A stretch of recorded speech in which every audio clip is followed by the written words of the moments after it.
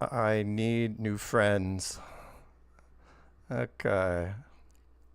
All right, we're starting now. So, yeah. No, it is, because this thing takes 4 minutes to run.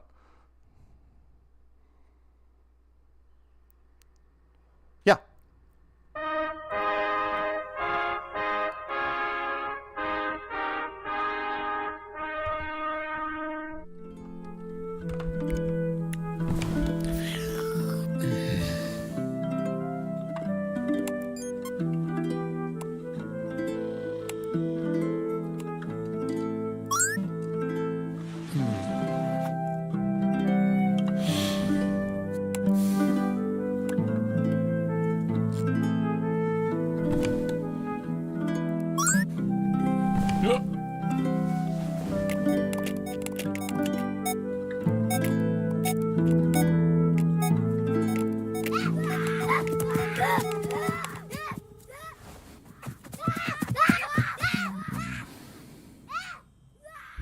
Space, the boundary of human achievement, the new frontier.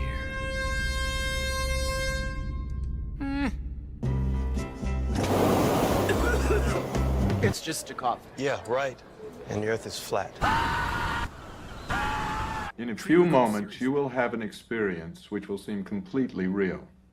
It can be extremely harmful and result in severe trauma. You have 5 seconds to terminate this tape. 5, 4, 3, 2, 1.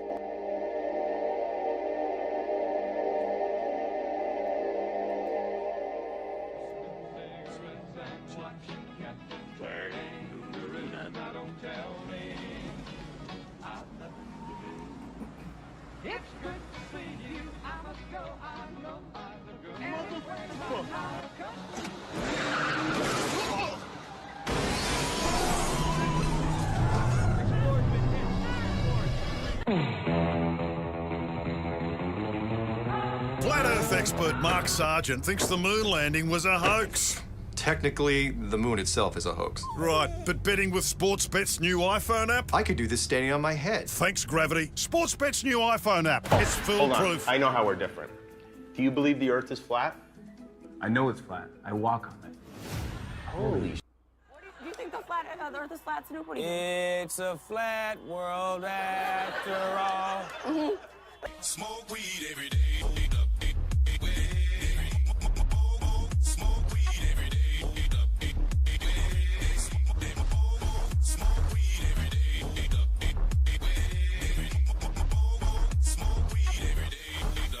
It's definitely the triple digits, but I don't know exactly. It's a ridiculous number. Find that out for me before we remember.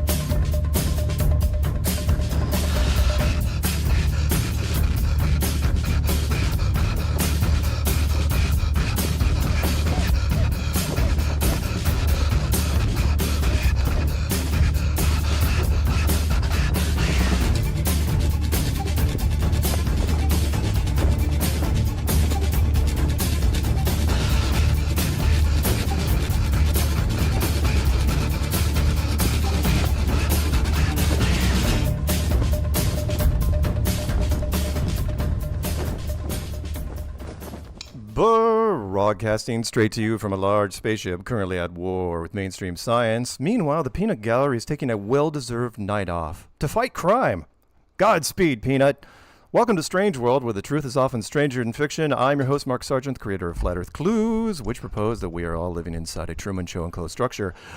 Thousands of miles wide. Just Google Flat Earth Mark if you can't find it. Well, you're just never get the internet. Mainstream science. Meanwhile, the Peanut Gallery is taking a well-deserved West Carolina, but it is not September 10th, Godspeed, Peanut. Then you are listening Welcome to Strange World, where the truth is often stranger than fiction. I'm your host, Mark Sargent, creator of Flat Earth Clues, which propose that we are all living inside a Truman Show enclosed structure. Quote of the day goes exactly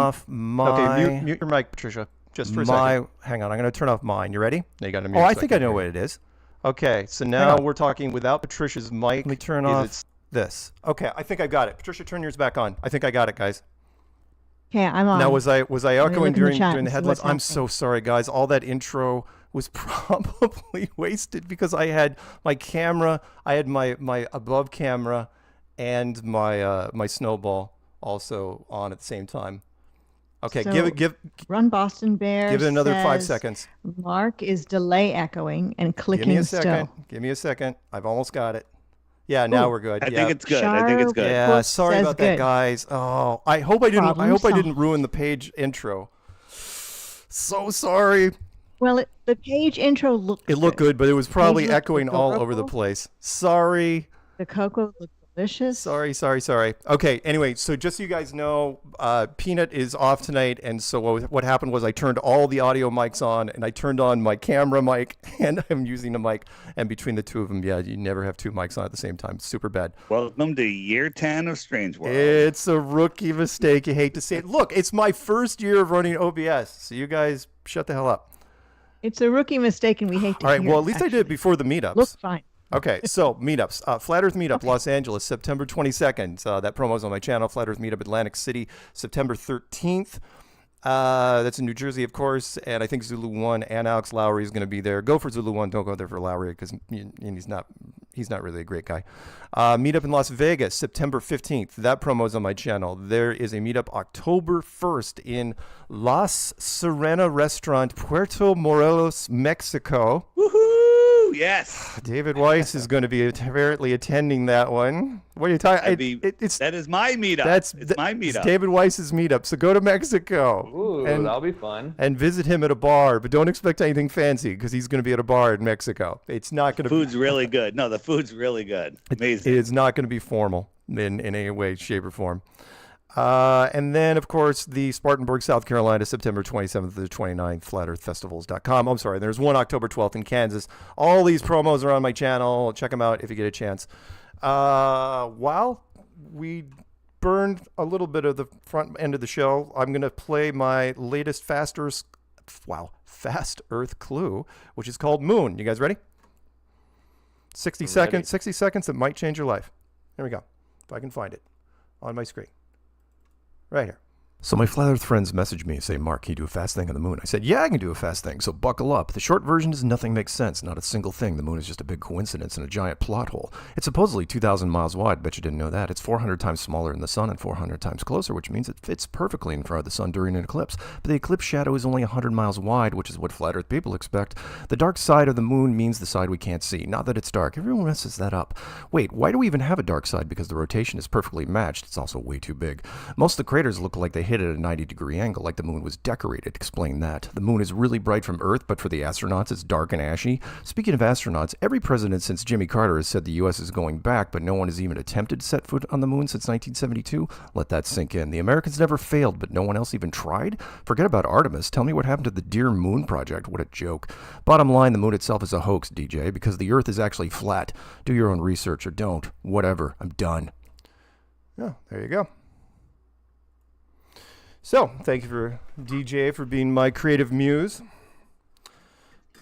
What's coming next after Moon will be scientism, and I've already got the script in my head. I'll start writing it tomorrow after I cringe and listen to the playback of the show and try to burn the first 3 or 4 minutes. From my Hey, can I mention one more event? Yeah, go ahead. In November 16th, 17th, and 18th in Tulsa, Oklahoma, is the Red Pill Expo, and I will be speaking there. It's a really cool expo, a lot of good stuff. It's run by Edward Edward Griffin, creator of Jekyll Island, and it's going to be an awesome event. So anybody that wants to go there, go to redpillexpo.org. Cool.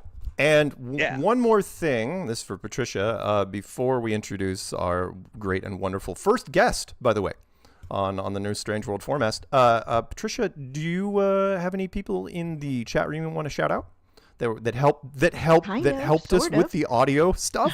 And by the way, that's why you're there, chat room. So thank you. Well, I do want to thank somebody that we thought was messing with us, but wasn't, which is Sharp Husif. Maybe I'm saying it wrong, but thank you. Grandpa is here. Josh Mudge, Singe Man, Boston Ray Mudflood Adventures, Commercial Sound and Video, Sue Finelli, who helped out, Garth Peterson. We have Daniel Keiko and HIM and Andy Kejmar and a bunch of other people who may or may not still be here. Zulu one is here too. Cool. And for the people that, I know we're going to be getting some late people because I don't know when the debate's going to end. I would imagine here pretty soon. I have not been following it. Unfortunately, I didn't even turn it on before the show. I did. I was listening and to what'd it you think? before the show. Yeah. God, I hate them both so much. Oh, hey, wait a minute. What? But I actually do hate Kamala more. I'll have to admit it, although I don't vote and don't care. But yes. Sorry, one more thing. Yes. I keep. Wait, David. Christian Sanchez, longtime friend of the show from Vegas. He also sent me another Flat Earth T-shirt. So Flattoberfest. This is a large. It's not an XL. So I'll be giving this away to somebody eventually. If somebody drops by and you wear a large, I'd be happy to give it to you. And without further ado, I'd like to What were you going to say, David? Was it about the debate? It was. I keep getting these text messages saying, before the debate, we just want to make sure that you're going to be voting for Kamala. Please let us know. And I just like, do I press stop or do I send, like, I wouldn't vote for her if there was a gun pointed at my head. There you go. and then I just block. And then I still get another one. Yeah, block's good. Block. Yeah. Block and report. With that, do we even need to introduce you? Yeah, you know what I'm going to. I know, right? Poor Dave. Yeah, I know. He deserves an epic introduction. He's been so patient. This is, if you guys don't know, if you've been living in a cave for X number of years and missed the, what are you up to, 1,500 interviews, 1,600? Do you even know? 1,300. 1,300 interviews, the more than any flat earther in the modern era. David Weiss, the hardest working, currently at least, the hardest working man in flat earth. He works nonstop. He lives, breathes, and thinks flat earth. And we got some stuff to talk about. So, my Jim Brewer episode is airing live, premiering 6 a.m. on Saturday. We went 2.5 hours. Nice. Nice. Exciting. Yeah, he loved it. Nice. And DJ just got a chance to see Jim Brewer. Yes, I did. He was playing at the Improv here in town, and oh my gosh, I got to meet him after. It was amazing. He actually recognized me from Instagram because we've chatted before, and he's very open, and what a great job he did. So we can talk about that whenever. But Dave, we're excited to see that episode. That's so cool. Yeah, no, it was a fun interview. And I'm seeing him in November in Long Island at Huntington at the Paramount. And I'm going to plan a meetup before at the restaurant across the street. So get your tickets to Jim Brewer in Huntington, Long Island in November. I'm not sure of the date. And let's meet up beforehand. All right. That sounds great. Very cool. And your chance, guys, go see Dave. And was the I know it took you a little while to put it on your channel, but the Roseanne interview is out there.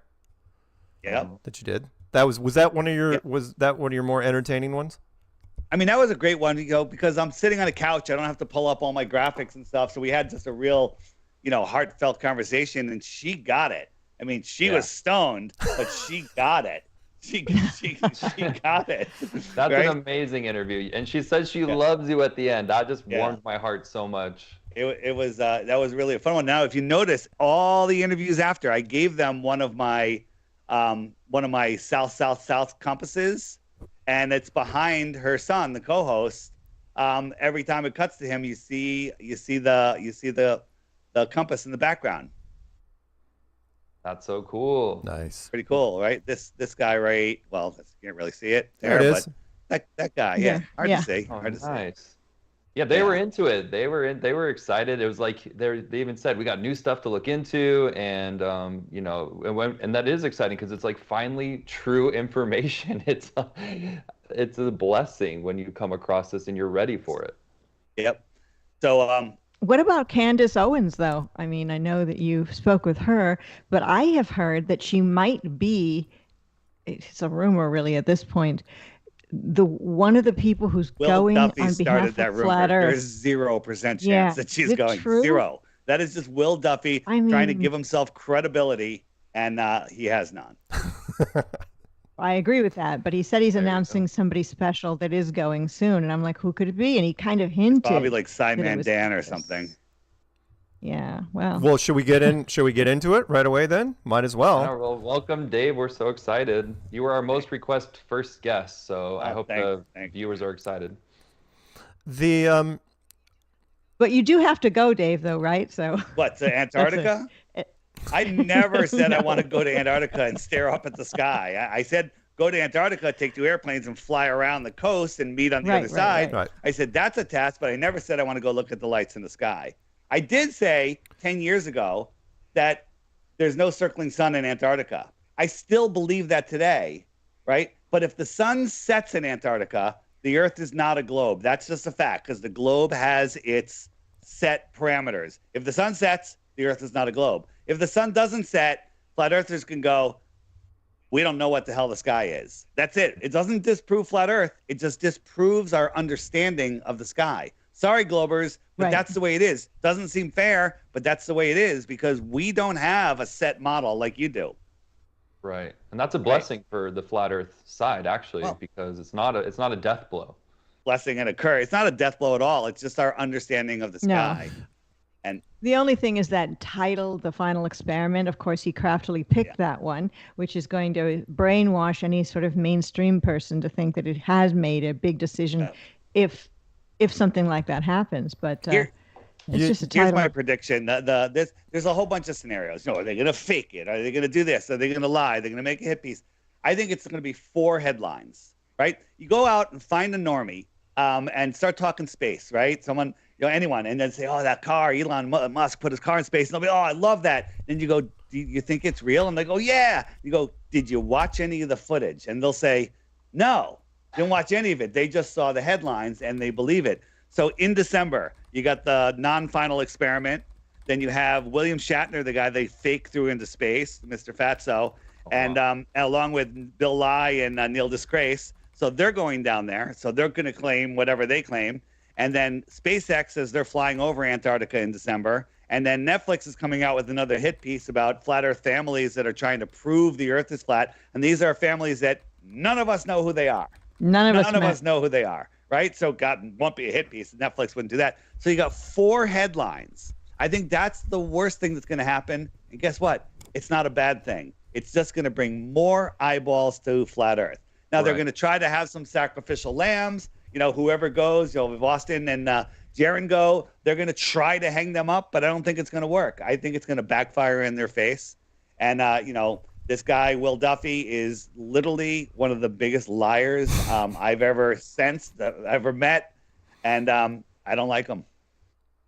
So what is the overall plan with all of this mainstream Antarctica attention? The big question is, what is their plan to just be done, to bury flat Earth for once and for all? They're trying. Is that because it? that is the most important thing. Think about this, Patricia. If everybody woke up to flat Earth tomorrow, all the governments in the world will fail. Everything Mark says, churches will close, schools will close. Everything Mark has predicted will come true overnight, all right? Overnight.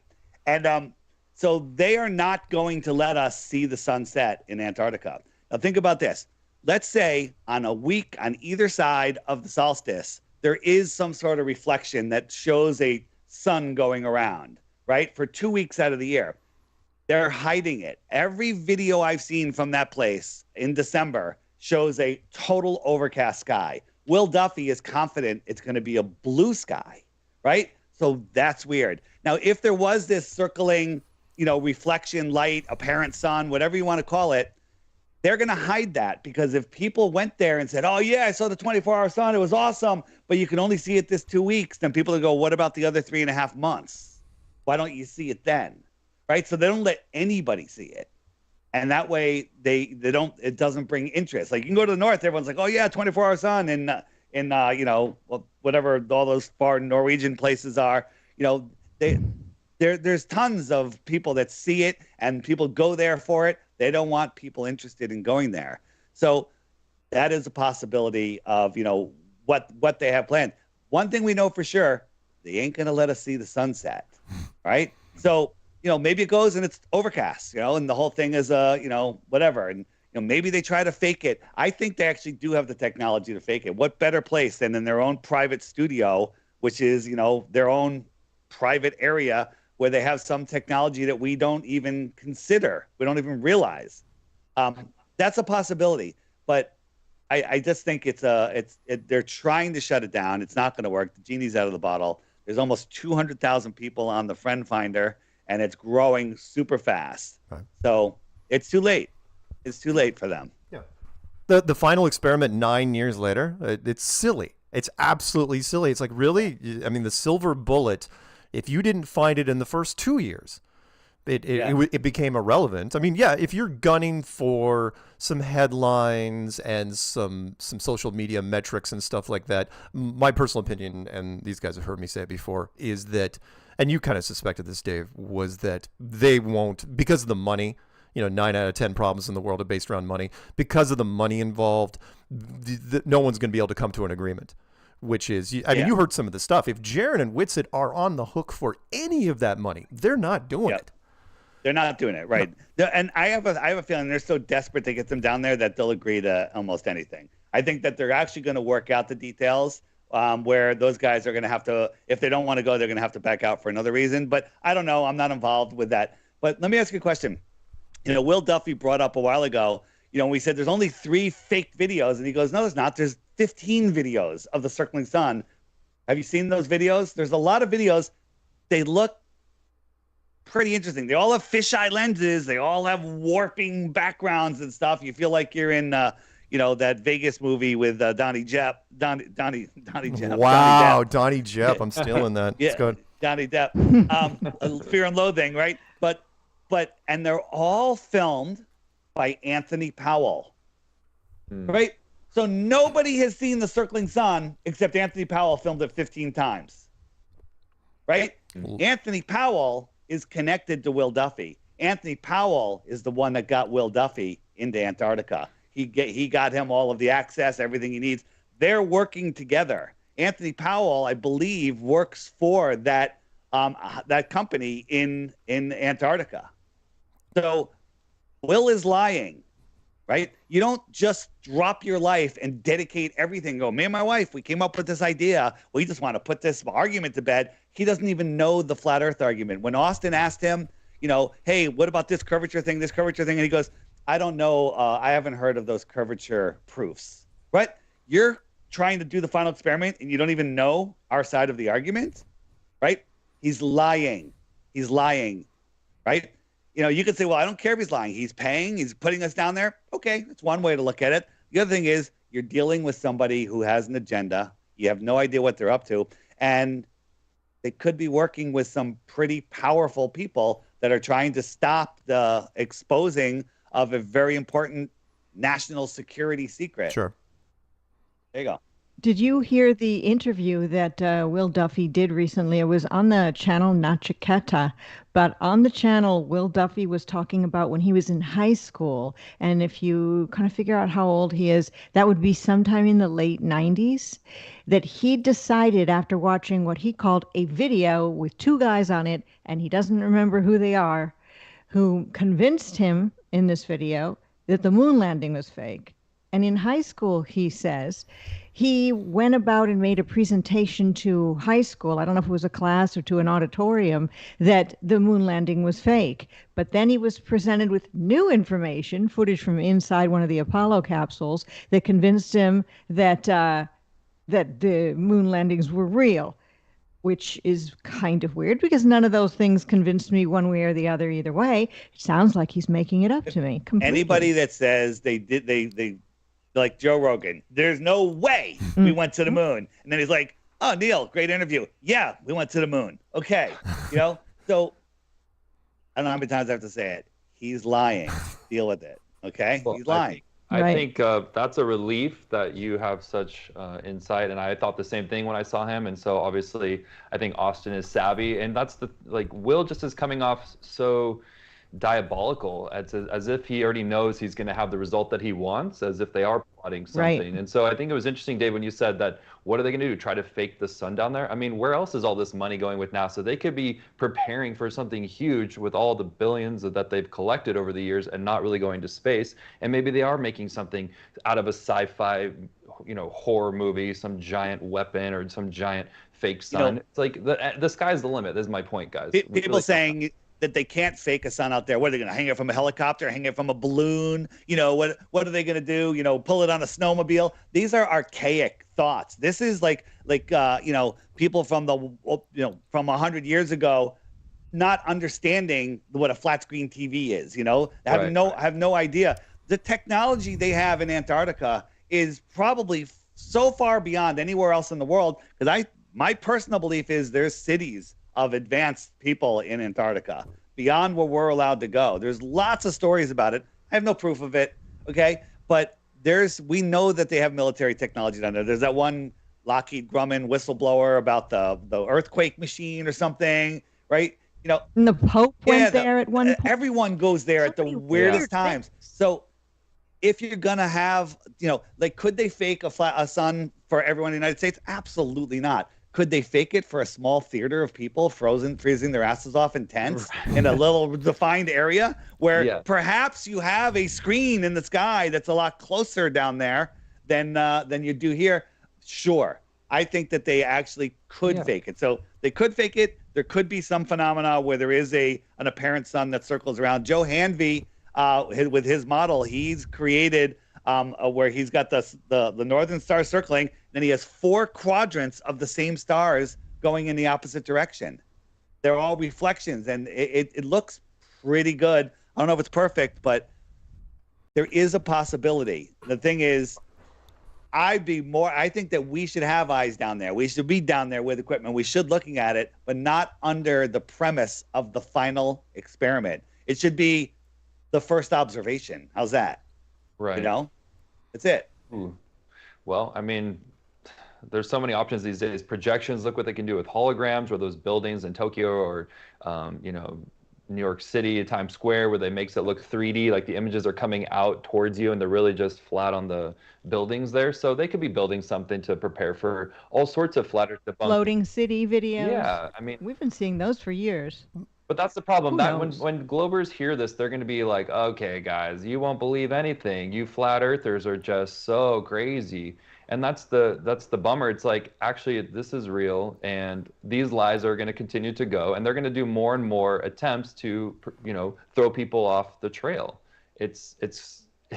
That's freaky, but it's true, right? The tip-off for me will be if mainstream jumps on this whole Antarctica final experiment thing with the same enthusiasm that, and David will remember, and Patricia will remember this, that they jumped on the Flat Earth cruise when that was going to be a thing. When Robbie Davidson was thinking about doing the Flat Earth conference on a cruise boat, and then the next thing the media was like, oh, Flat Earth cruise, and that was a thing. People ran with that. Right. A quick check in here. She's still awake. I think. So we have Paige. Yeah, look, a leg moved. We have the Paige cam. Whoa. Making sure Paige cam. She's still awake. There she is. All right. That is. Hey Siri, living room lights bright white. No, you wouldn't. Oh my dude. Oh, There she is. She can't hear us though. No, she will in about 10 seconds. She'll see us and she could wave maybe. Oh, because she's listening to it in the background? Yeah. Hey Siri, living room lights orange. They hate Siri, disco lights. You don't have disco lights, do you? I don't know. Hey Siri, disco lights in the living room. Oh no. No. So just so you guys know that couldn't hear it because there was reverb when I was talking, Paige is wearing her Lady and the Tramp pajamas. She has what's that little flashing that's happening? I see something flashing. Yeah. Was that the disco? The it's got in the background. That's a candle. Paige is absolutely real, and rumor has it that she has at least 150 different pair of animated cartoon show pajamas. Actually, she has every week when you say the pajamas, she actually goes and grabs those exact pajamas and puts them on. Somehow I doubt that. Because I don't think that she owns a pair of 1962 Herculoids pajamas. I don't think that's cool. In fact, I'm pretty sure they don't even make them. Right. But thank you, Paige, for playing along. This is like a flatter slumber party with Paige. There you go. All right, sorry to interrupt you. Now you probably forgot where you were. Sorry. Antarctica. Well, Matt Powerland resurfaced. We need to touch on that. On his channel, Math Powerland, he does do videos, but he's got such a small subscriber base now compared to what he used to have. And he talked to Will Duffy, speaking of Will Duffy. Recorded himself talking to Will Duffy. Check it out. Exactly. Do you guys know that And, I am the co-host on Matt's podcast? You've never heard me, but I am the co-host. What? But I never get to speak. Oh, that's good. Oh. That's good. I like my that. God. That's nice. Well, should we do a little background for Episode- the audience on Matt Boylan? Mark, if you have like a 60 second- Wow. Okay, Oh, yeah. sorry. Matt goes way back. I mean, again, he was the protagonist in Behind the Curve, the documentary. He was there. He was doing flat Earth stuff before pretty much everybody, and that includes Eric. Guy Waking Up was his channel at the time. And he did his only interview that, in fact, it wasn't even an interview with anybody. It was his girlfriend waking him up sober on a freaking Sunday morning and sitting him down on the couch. And again, it was the only coherent interview I've ever seen him do. And in fact, they used it in part of the documentary. It was brilliant, where he sits down and he describes a NASA holiday event in the Hamptons where he attended in his 20s. And he watched this whole thing go down where they drew out the UN flag on the floor in chalk, and he didn't understand it until years later. And then he started doing a comedy routine on it where no one listened to him because why the hell would he? Didn't matter, because he's bilingual and he like could do his comedy routine in French too, and it still didn't resonate. And so when Eric and I started doing our stuff, Matt jumps back in and says that, oh, no, I'm the originator. I'm the guy. And it's like, yeah, I mean, I will say this. I did watch his stuff before anybody else. And, but my God, the man. Sorry. Short story, though, about Matt. He is a Canadian from Montreal, trained in painting. And he always wanted to be, he wanted to be a singer, he wanted to be a comedian, he wanted to be an actor, he went to Hollywood, had some bit parts. He's got a film reel. Yeah. Guitar player. Yeah, he wanted to be a rock star, at one point, and he kind of is all those things in a way. And honestly, I thought he was going to end up in Central America. That was one of his goals, by the way, was to end up in Central America with his own private cult based, full of mostly attractive women and tropical fruit.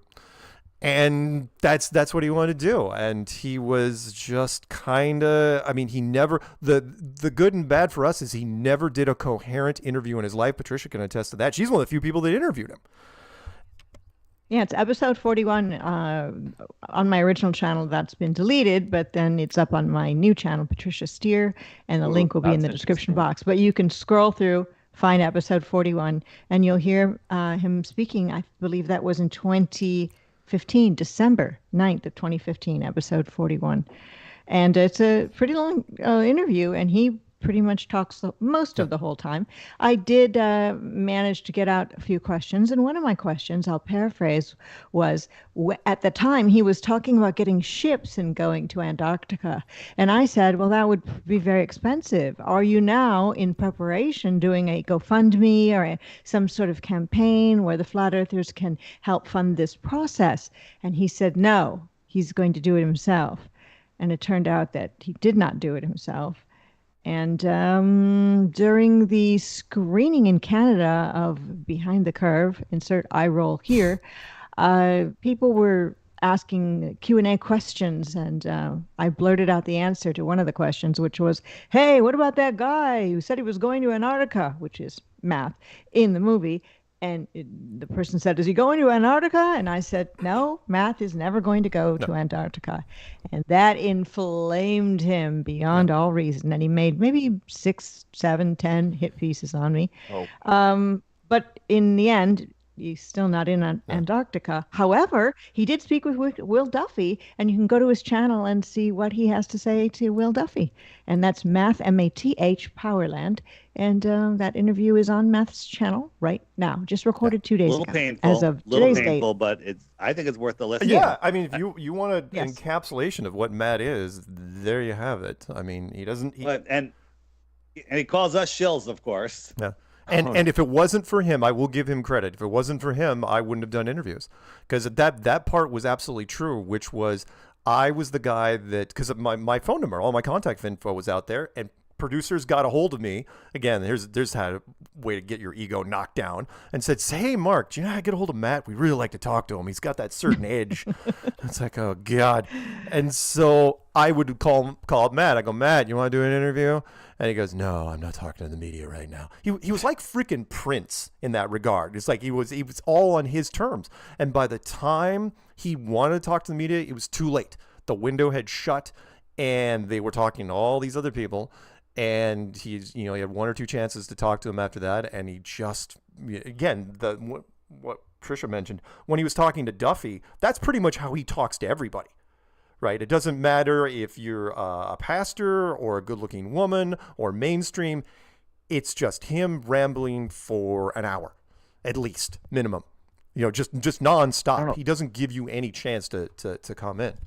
Well, I just came across his kind of infamous interview, and it's kind of feels like when you get into Flat Earth, it's a scavenger hunt, right? Because you're going to find content from all over the place. And I just recently came across maybe it was one of his original interviews where he's sitting on a couch. It's just like it looks like an old camera. It's been, obviously a decade, and he's just talking, and he tells that story that you shared, Mark, where, he goes to this place and these NASA people are telling him that they draw the flag, and they're telling him like, hey, it's flat. And he's like, what? Right. And it kind of gives me that spooky, like, ultimate villain plot twist where the hero walks in and finds out that everything has been a lie his whole life, and that he's hearing it from these people, and he's waiting for the other shoe to drop, and it never drops. He says they never go, hey, just kidding, it's a globe. They kind of leave it with like, oh, it's flat. And that must have fueled his fascination of getting into it and being paranoid, really. I would imagine that would feel like paranoia. So did all three of you see his stuff? I kind of want to hear from you guys originally, like way back when, because it's so fascinating. Well, Matt, I didn't. I found him way after I found Mark and Eric Dubé, because somebody who was a friend of mine on Facebook said, "You ever heard of Matt Powerland? He's a comedian." And I'm like, no. And I started searching, and I kept writing his first name wrong because he calls himself Math, but it's really Matt. Anyway, I wasn't able to find the channel, so my friend sent me the link, and I watched his comedy, and that's how I found out about him. But a lot of other people had found out from him first about Flat Earth, so So interesting. Wow. And what about you, Mark? What did you think when you first saw his? Did he have that interview out? Is that what you came across? Yeah. There was very little Flat Earth content. Again, I've got my card over there, where I joined the Flat Earth Society in the summer of 2014. And I was looking, for anybody that could. He was one of the few people that was making any content on the Flat Earth thing. And when I watched, kind of like you, when I watched that thing where he was sitting on that weird colored couch, I wouldn't even say weird, it was just kind of grungy, like an average loft couch, right? And his ex-girlfriend is sitting behind the camera, wouldn't even get in frame. She's just, and I heard, the beginning, if you heard the whole thing, there was different versions of there, where she basically had to pull it out of him. She's like, look, just freaking tell the story. And it was her way of saying, hey, look, you're sober now, you freaking drunk. Freaking, just make the video.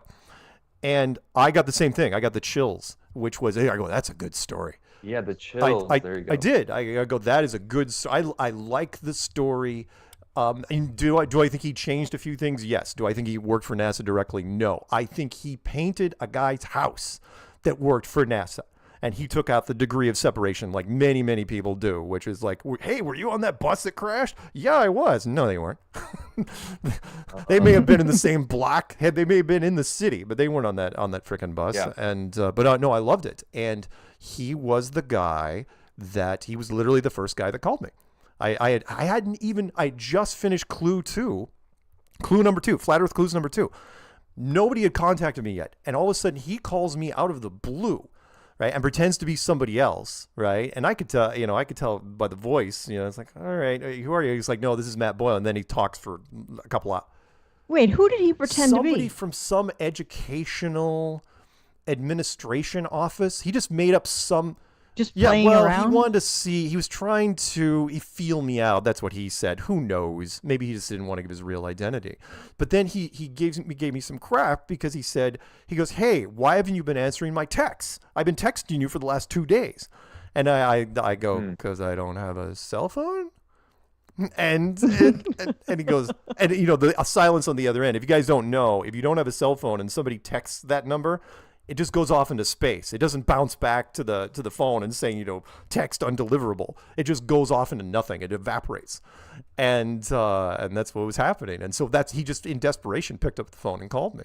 And then, you know, he had all sorts of ideas, and then everything turned south because he goes, you have to join Eric Dubé and I, and we have to form this axis where everyone's on the same page. And it's like, Eric, who?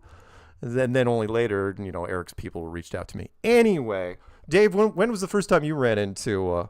I ran into him pretty early, and very interesting story in the couch video, and then I quickly watched him lose his mind, and attack all of us, and I kind of left him behind. You know, people that say that I'm a shill working for Mossad, you know, they've lost all their credibility. So, you know.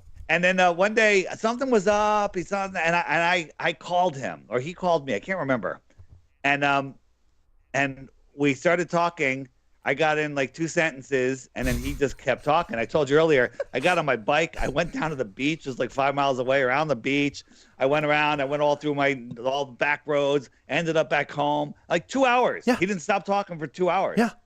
And it was just going on. I literally could barely get a or an okay. Yeah. You know, and he doesn't even ask for or okays. Yeah. He doesn't. He just goes. And it's like, what the hell? I mean, I fixed dinner. I think I had a nap. I came back. And listen, besides him being crazy, I think he has some good ideas. They just come off as crazy. Mm-hmm. Right. Yeah. Yeah. Yeah. And he has a beautiful wife and a beautiful son from last time. Let's call that what it is, Patricia. I mean, he was hunting for citizenship in the United States. He fled Canada because he didn't want to. He fled Montreal because he didn't want to pay his taxes. Apparently, I never saw it. Apparently, the worst car in the history of cars.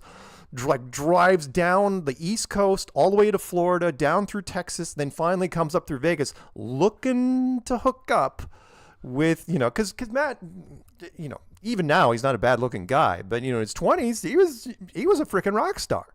You know, he had that actor thing, he had ultimate confidence, completely top tier confidence, and he was hoping that. And again, he met, what was her name, Katie? What was her name? Yeah, Katie, out in Vegas, and boy, was that a match made in some level of hell. Wow. Well, he has an interesting vibe for sure, and I've seen him. Was he featured in the First Level movie? Like when he's got his glasses on and he's pointing at the globe and he says something about like, if it was flat, would they tell you? I think that's him, right?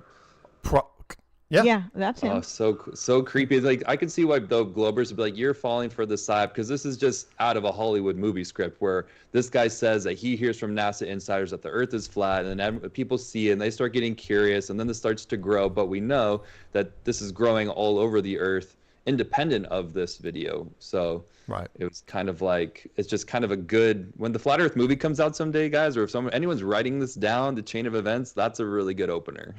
I will say this, and we can move on to something else. I will say this about Matt. When they did, nothing made me happier when in Behind the Curve they did that fade to black, and they put up that text of the producers' negotiations with Matt Boylan, meaning, you know, that Matt wanted, you know, what was it? He wanted money up front. He wanted at least something like 40% screen time. And then he wanted me condemned as some sort of agent / producer in this movie. It's like the Matrix when he's making the demands. He's like, and I don't remember a thing, and I want. Right. And the producers, every one of them, they want to talk to him. I will admit, he is good television. He is like a slow motion motorcycle crash. And people love to reach out for him. It's like, great. Hey, thanks, Matt. You gave me a whole bunch of interviews for that. How do you think he stumbled on Flat Earth then? Matt? Yeah, how did the NASA party. So that's a real story, you think? And no, it's a real story. Even though he didn't really work for NASA, you think he was a painting? I think he was working for a guy. Again, when you run it, when he was in his 20s, look back at some of his clips when he was doing his acting stuff in his 20s, right? When he was doing, and if you've ever seen him, by the way, do like a public painting, like where he's got an audience, he's painting in front of a crowd, like painting a floor. Or painting a woman. Oh God, thank you, Patricia.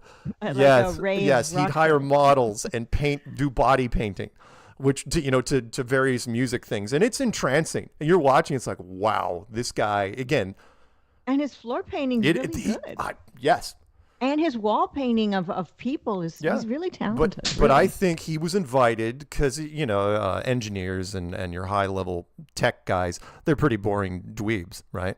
So I think he was painting a floor or a wall or a room for a guy who was working at NASA. And Matt takes his time and it's like, hey, I'm doing a party. Matt, you should come. Of course he's going to come. And of course you would invite him. He'd be one of the more interesting guys in the room. And so he gets invited, and he's just drinking wine, just having a good time. And these guys are talking smack about all sorts of things, including the shape of the Earth. And again, what he kind of leaves out there, he kind of glosses over, was he didn't get it. He went, left the party, and years went by, and he didn't get it. It wasn't the next day or the next week. I wonder what triggered him to get it. Don't know. It was sometimes it's like a joke grenade. You pull the pin, goes off, sometimes later. Well, and that's the thing in the beginning, guys, and I'd love to hear Dave's take on this too. How did you start learning about Flat Earth? Like, how did you do research if there wasn't a lot of content out there? And why would you join with us Flat Earth Society if you knew it wasn't a disk floating upward in space? Was it just because that's where you could just find anyone back then? Like, tell me how that all played out. And I'd love to hear all three of you, actually. Well, Dave first, because he had conspiracy friends back then. He was doing a podcast. But I know that he was blocking people. Yeah, he was blocking people. We all know he was blocking people. What was the exact question, DJ? So how did you get to learn about Flat Earth if there wasn't a lot of content back then, and it was kind of just Flat Earth Society and everyone, and I was just...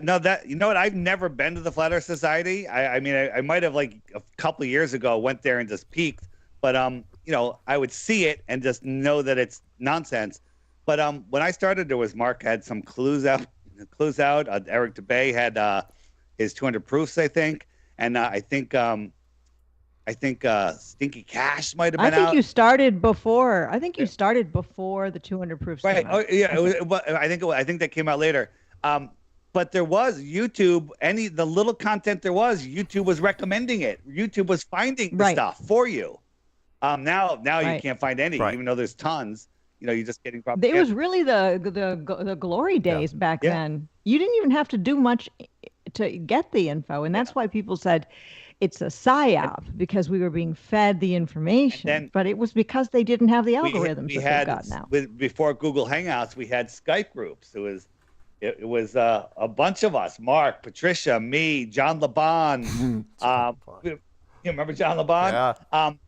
Nathan Oakley. We'd hang out on Skype all night long talking Flat Earth. And here's a key moment. You'll like this.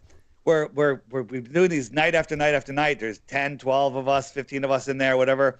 And then they started talking about the moon landing, and I go, "You don't think we went to the moon?" And the entire room shut up. They go, "You believe we went to the moon?" I'm like, yeah. And they're like, "Have you ever looked?" And I'm like, "No."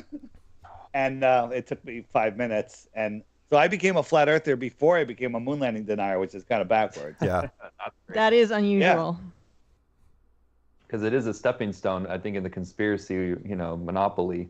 You get to moon landing was fake, and then, did we not go to the moon because we can't go? Is that why? Is the Earth really flat? And the scavenger hunt kind of grows from there for most people. But, I came across all three of your guys' content, which was already pretty well established, which was shocking to me that there had been so much already kind of documented, so much evidence that has just been completely hidden. It's hidden so well, you have to know where to look.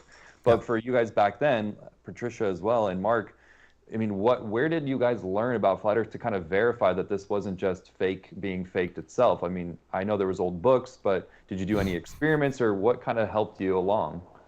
Patricia? Oh, you're muted. Oh, you're muted. Oh, no. The cat hit the mute button. So pretty. Yeah. No, it wasn't the cat. It was me. Because the cat was jumping up, I thought that he might make noise. And, of course, I muted myself. Gosh. I just found the clues, and that little by little cued me in. And then I did my own research between the clues, because they were coming out as individual videos at that time, not put together as eventually they might be by some other channels as one unit. And found Eric Dubay, found everybody really, and just started looking things up like satellites. What is up about satellite? And just would find a person who was making videos about satellites and then go watch that, and kind of pieced all the puzzle pieces together. And that was it really for me. But Oh, wow. Mark, I mean, Yeah. yeah. Yeah, when I did it, I was in the right place at the right time. I was in the perfect storm of boredom, and I wasn't doing a lot of drugs. I was drinking quite a bit, and I was living by myself in Colorado, and I was between tech jobs, so I had tons of time on my hands, and so I was even younger than I was older than DJ is now, and I said, well, again, it was on my bucket list, which is like, okay, I looked at every other conspiracy I possibly could look at. I've got an opinion on all of them except for this flat Earth piece of trash. It's like, oh, this part was absolutely true. It's like, I don't want to do it. I don't want to do it. The Ferris Bueller, he's going to call me. And I was like, all right, fine. I will spend a weekend and I will shut this thing down and I will take it off my list and I'll be done. I'll have done the entire complete conspiracy compendium. And that's when it was the worst decision of my life. And it's now 2024. Yeah, 9 going on 10 years. You remember the clues are going to be 10 years old in February. Yeah. And it was so nuts to do that, again, what was frustrating for me was I couldn't solve it. I could not solve the globe. And I'm a clever problem solver. And I could not solve it. And so that's when I did even my second worst mistake, which was went to the internet and said, hey, internet, here's all my contact info. Tell me where I screwed up. And so how did you learn about it? What were you coming across? If it wasn't Eric Dubé. Oh, it was Jay. David probably knows some of these. Jay Henning Collegia. There was that channel. That's from Europe. Max Malone. In fact, I gave Max Malone credit in one of my first clues, which was he was the one that kind of got me going in that he goes because he was a big anti-moon guy. Anti-Apollo guy, and he goes, don't look for the mistakes, look for the omissions, look for the things they're not showing you, they're glossing over the plot holes, they're just going straight past and hoping you forget about them. He's the one who made those videos with the helmets that turned. Right. That looked like motorcycle helmets. The stop motion, and he was the first guy to say, why hasn't anyone? He was the first guy that got me thinking about the fourth wall, which was, why didn't the astronauts take the camera and spin 360? Just walk around in a 360. In fact, he goes, why haven't any of the astronauts taken that to a 360? To this day. And he goes, that's just left out. He goes, they don't talk about it. And then because of him, I started looking at other things like, why didn't the astronauts ever talk about how much air they had left? Never came up. That's such a great question. Ever. Scuba divers, that's all they care about. Astronauts, unlimited, which is why the Christmas, the what's her name? Sunita or whatever her name is. What's her name? Yeah. Sunita. Yeah. How's vacation, Sunita? World class chin. She's up there till Christmas, right? Nobody cares.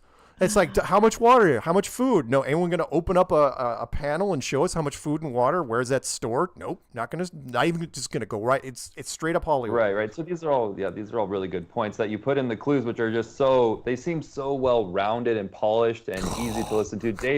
Dave, what did you think when you came across the clues? Did it take more to convince you, or were you pretty much going, oh, I'm like eating this up? Like, how did it go for you? The clues made me want to disprove it more. I was like, wait a minute. Wait a minute. Yeah. And that got me on my journey to disprove flat Earth. I mean, when I went into it, I wasn't looking for the truth. I was looking to disprove flat Earth, because flat Earth is stupid, right? And then there it is. There was no stop. Once you start looking at flat Earth, there's no getting out. There's no out. Yeah. I found it when I got in, there was hardly any women, and I don't think along the lines of how many women are in it or how many women are not in it. I don't think from the perspective of being female, but in retrospect, really not very many women, and even to this day, it's generally more male dominated. But I didn't feel, when I started getting interested in it, that it was male dominated. It's weird. I just thought of it as being, hey, there's these people talking about an interesting subject. I never considered that there's not very many women in it. It really never crossed my mind until people would say, things like there's not very many women in it. And I just don't know if women in general question their reality as much as maybe men do. Depends where you are. I mean, Vegas, and DJ and David could attest to this, and we got to talk about your thing because we're coming up to break here in a second. I want you to frame your commercial, David. But the Vegas, there were a lot of women in Vegas. And if you want to now I think it's quite different. Yeah, than back in 2015, early 2015. Well, and that's the thing. Patricia was the predominant female that I came across in the beginning. That I came in, and I was like, oh, she's fabulous. And you and Mark are in the original Flat Earth hit piece, like the very first hit piece that I can think of. That I came across Flat Earth, that hit piece, before any of the real information, pretty much. I mean, I'd seen one video that my brother was just so hell-bent on me watching, and it was Hibbler's Truth Does Not Fear Investigation. And I just remember thinking, like, they don't have any, good one, right?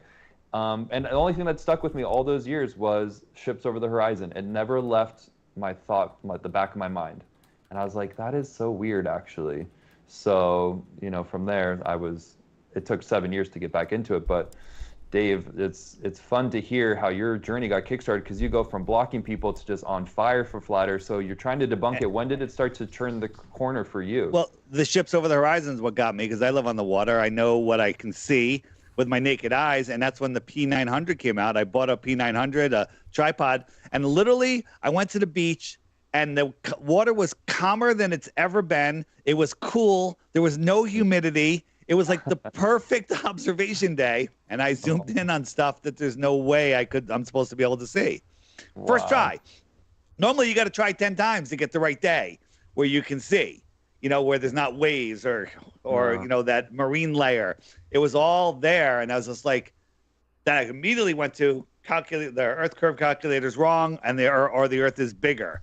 Then I found all the problems with if the Earth was bigger, everything else falls apart. Right. So, including NASA's lying, Everything falls apart. I love hearing that about the conditions being perfect. To me, that's divine timing. It's like your individual walk with God, because you've been so upfront with kind of sharing your journey and just how I've watched your progression, your thought process of change. It's so beautiful, because it just, Flat Earth does give people hope. That's why more females do enter, because like Mark has said in the past, like Flat Earth is a happy conspiracy. Once you get past the fact that everything's a lie, then it's like, oh, well, what's after that? Oh, you mean love and light and hope, and this place is special and we're designed, and the opens up so much more of a happy ending as the possibility versus this endless spiral expanding space universe where you may or may not come back. We may or may not go out into the stars and populate another galaxy, and we may or may not be better. In fact, we could bring our problems there and be worse. So there's really no guarantee that it's going to get better. But that's why Flat Earth, it's like, oh, this is divine. And so to have those perfect conditions on the lake, that must have just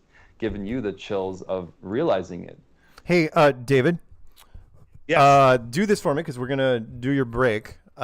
Frame this commercial, because David sent me a special commercial just for this episode. So frame this commercial. Now, can you hear me? Am I muted? No, you're good. You're good. Disappeared. All right. So if you have the app, you probably already saw this button. This is about the airdrop that's happening tomorrow at midnight. So when this show ends, you have 24 hours to put your MetaMask address in the app. And a lot of people, some people say there's no place to put the mask. That's because you need to update your app. If you haven't updated it, the field might not be there. If you don't know what a MetaMask is, watch this video carefully. Watch the video that pops up when you open the app. And do it. It's easy. Anybody can do it. You don't have to know crypto. You don't even have to know what you're doing.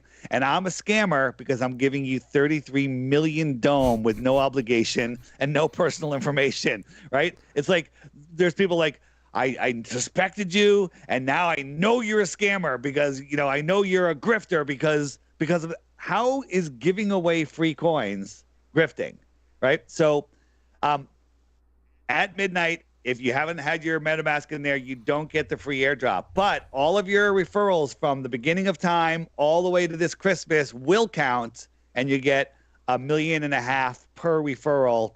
And then after that, it's $1 million. So sounds like a lot. 33 million is really, it was $10 the other day. I think it's more today. But it could be worth a lot more. So do it. You have nothing to lose. If you don't want to do it, don't do it.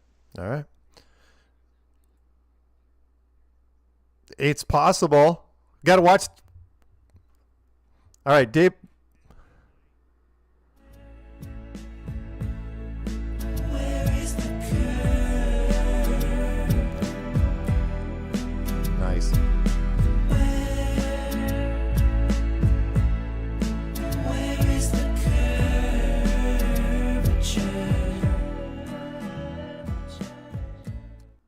How to claim your free Dome Shot tokens. Deadline September 11th, 2024. Simply download the MetaMask app from your app store. After installing, copy your wallet address by clicking the copy icon. Then go to the Flat Earth Clock app and open the Friend Finder.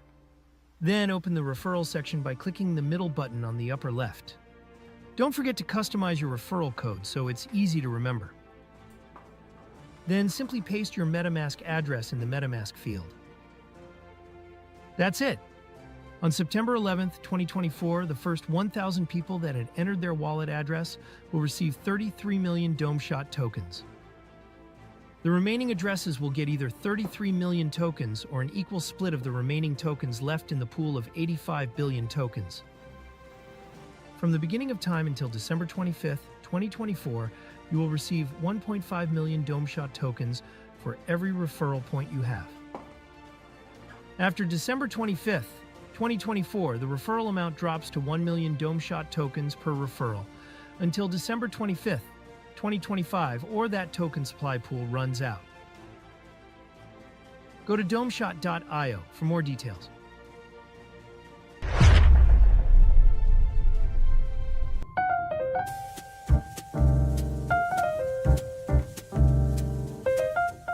Join me, Karen B., every Moon Day at 9:30 a.m. for Coffee Talk on YouTube, Rumble, and Rockfin. You never know what you'll learn about in the coffee shop. Open topic and open phones, y'all. You can also go to flatearthfestivals.com for updates on the latest news for Flattoberfest 2024 and also for meetups, local meetups. If you want to have your meetup listed on flatearthfestivals.com for free, please email flatearthfestivals@protonmail.com.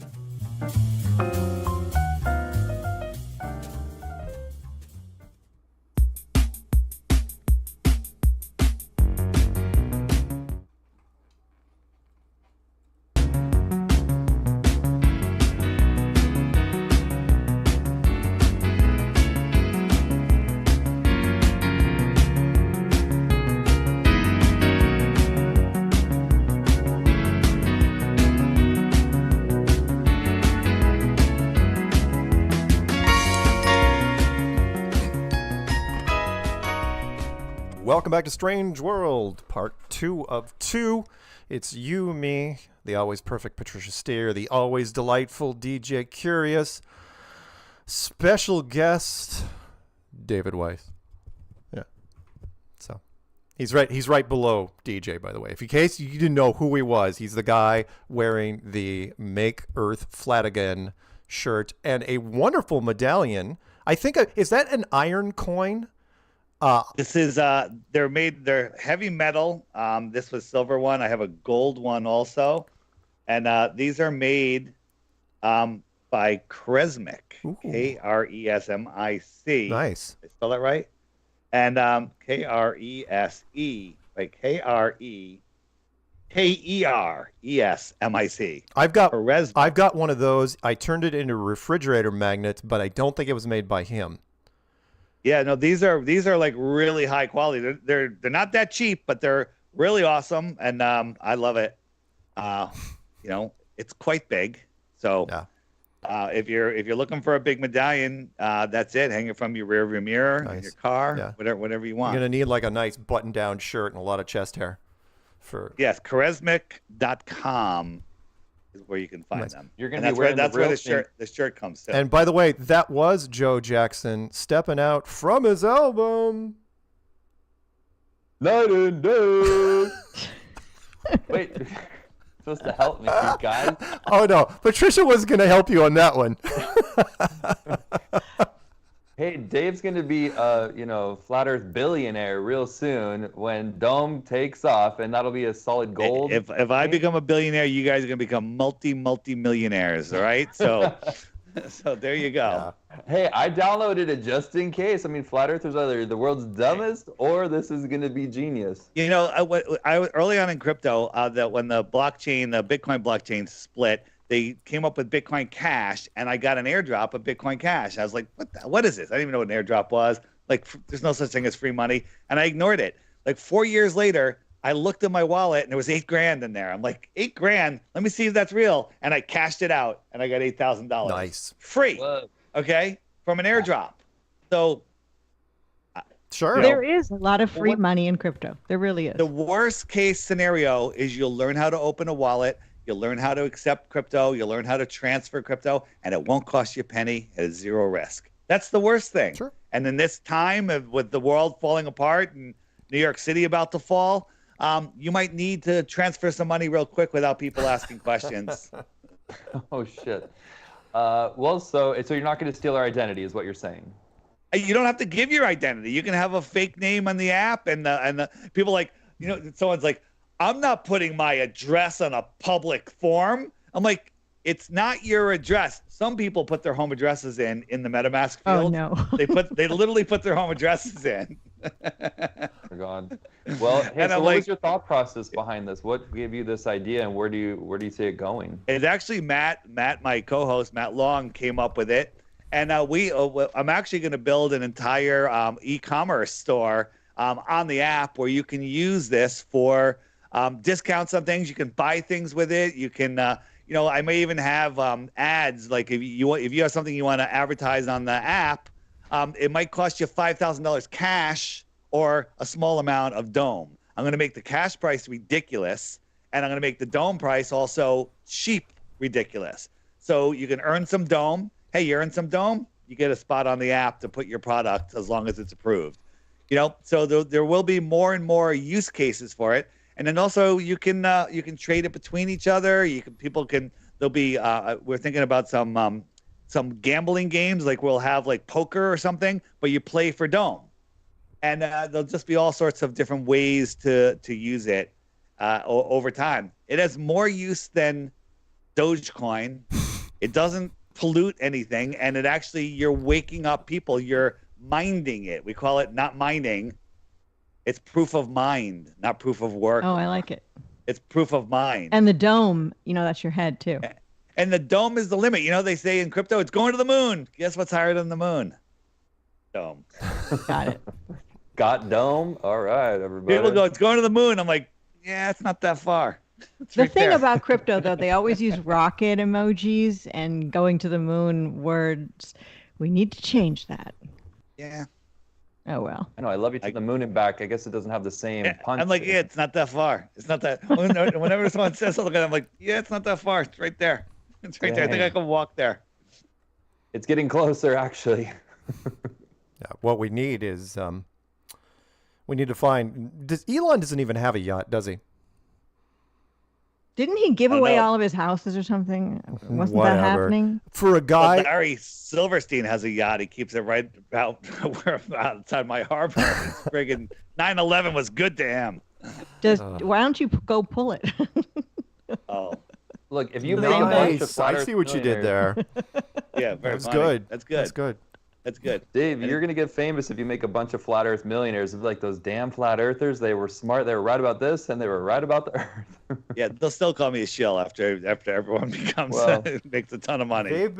I'm sure people are confused by this of like, why is this even happening? So, explain it. Even if it doesn't become worth, tons of money, it's going to have value and in the app.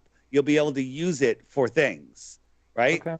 So, people can offer discounts on whatever their products are, and you trade them some Dome. That's going to give it value. The use case for it is really good. So I don't want to talk about it anymore. Do it or don't do it. I'm not telling anyone to buy it, right? But I like it. I like it, and I'm gonna use it.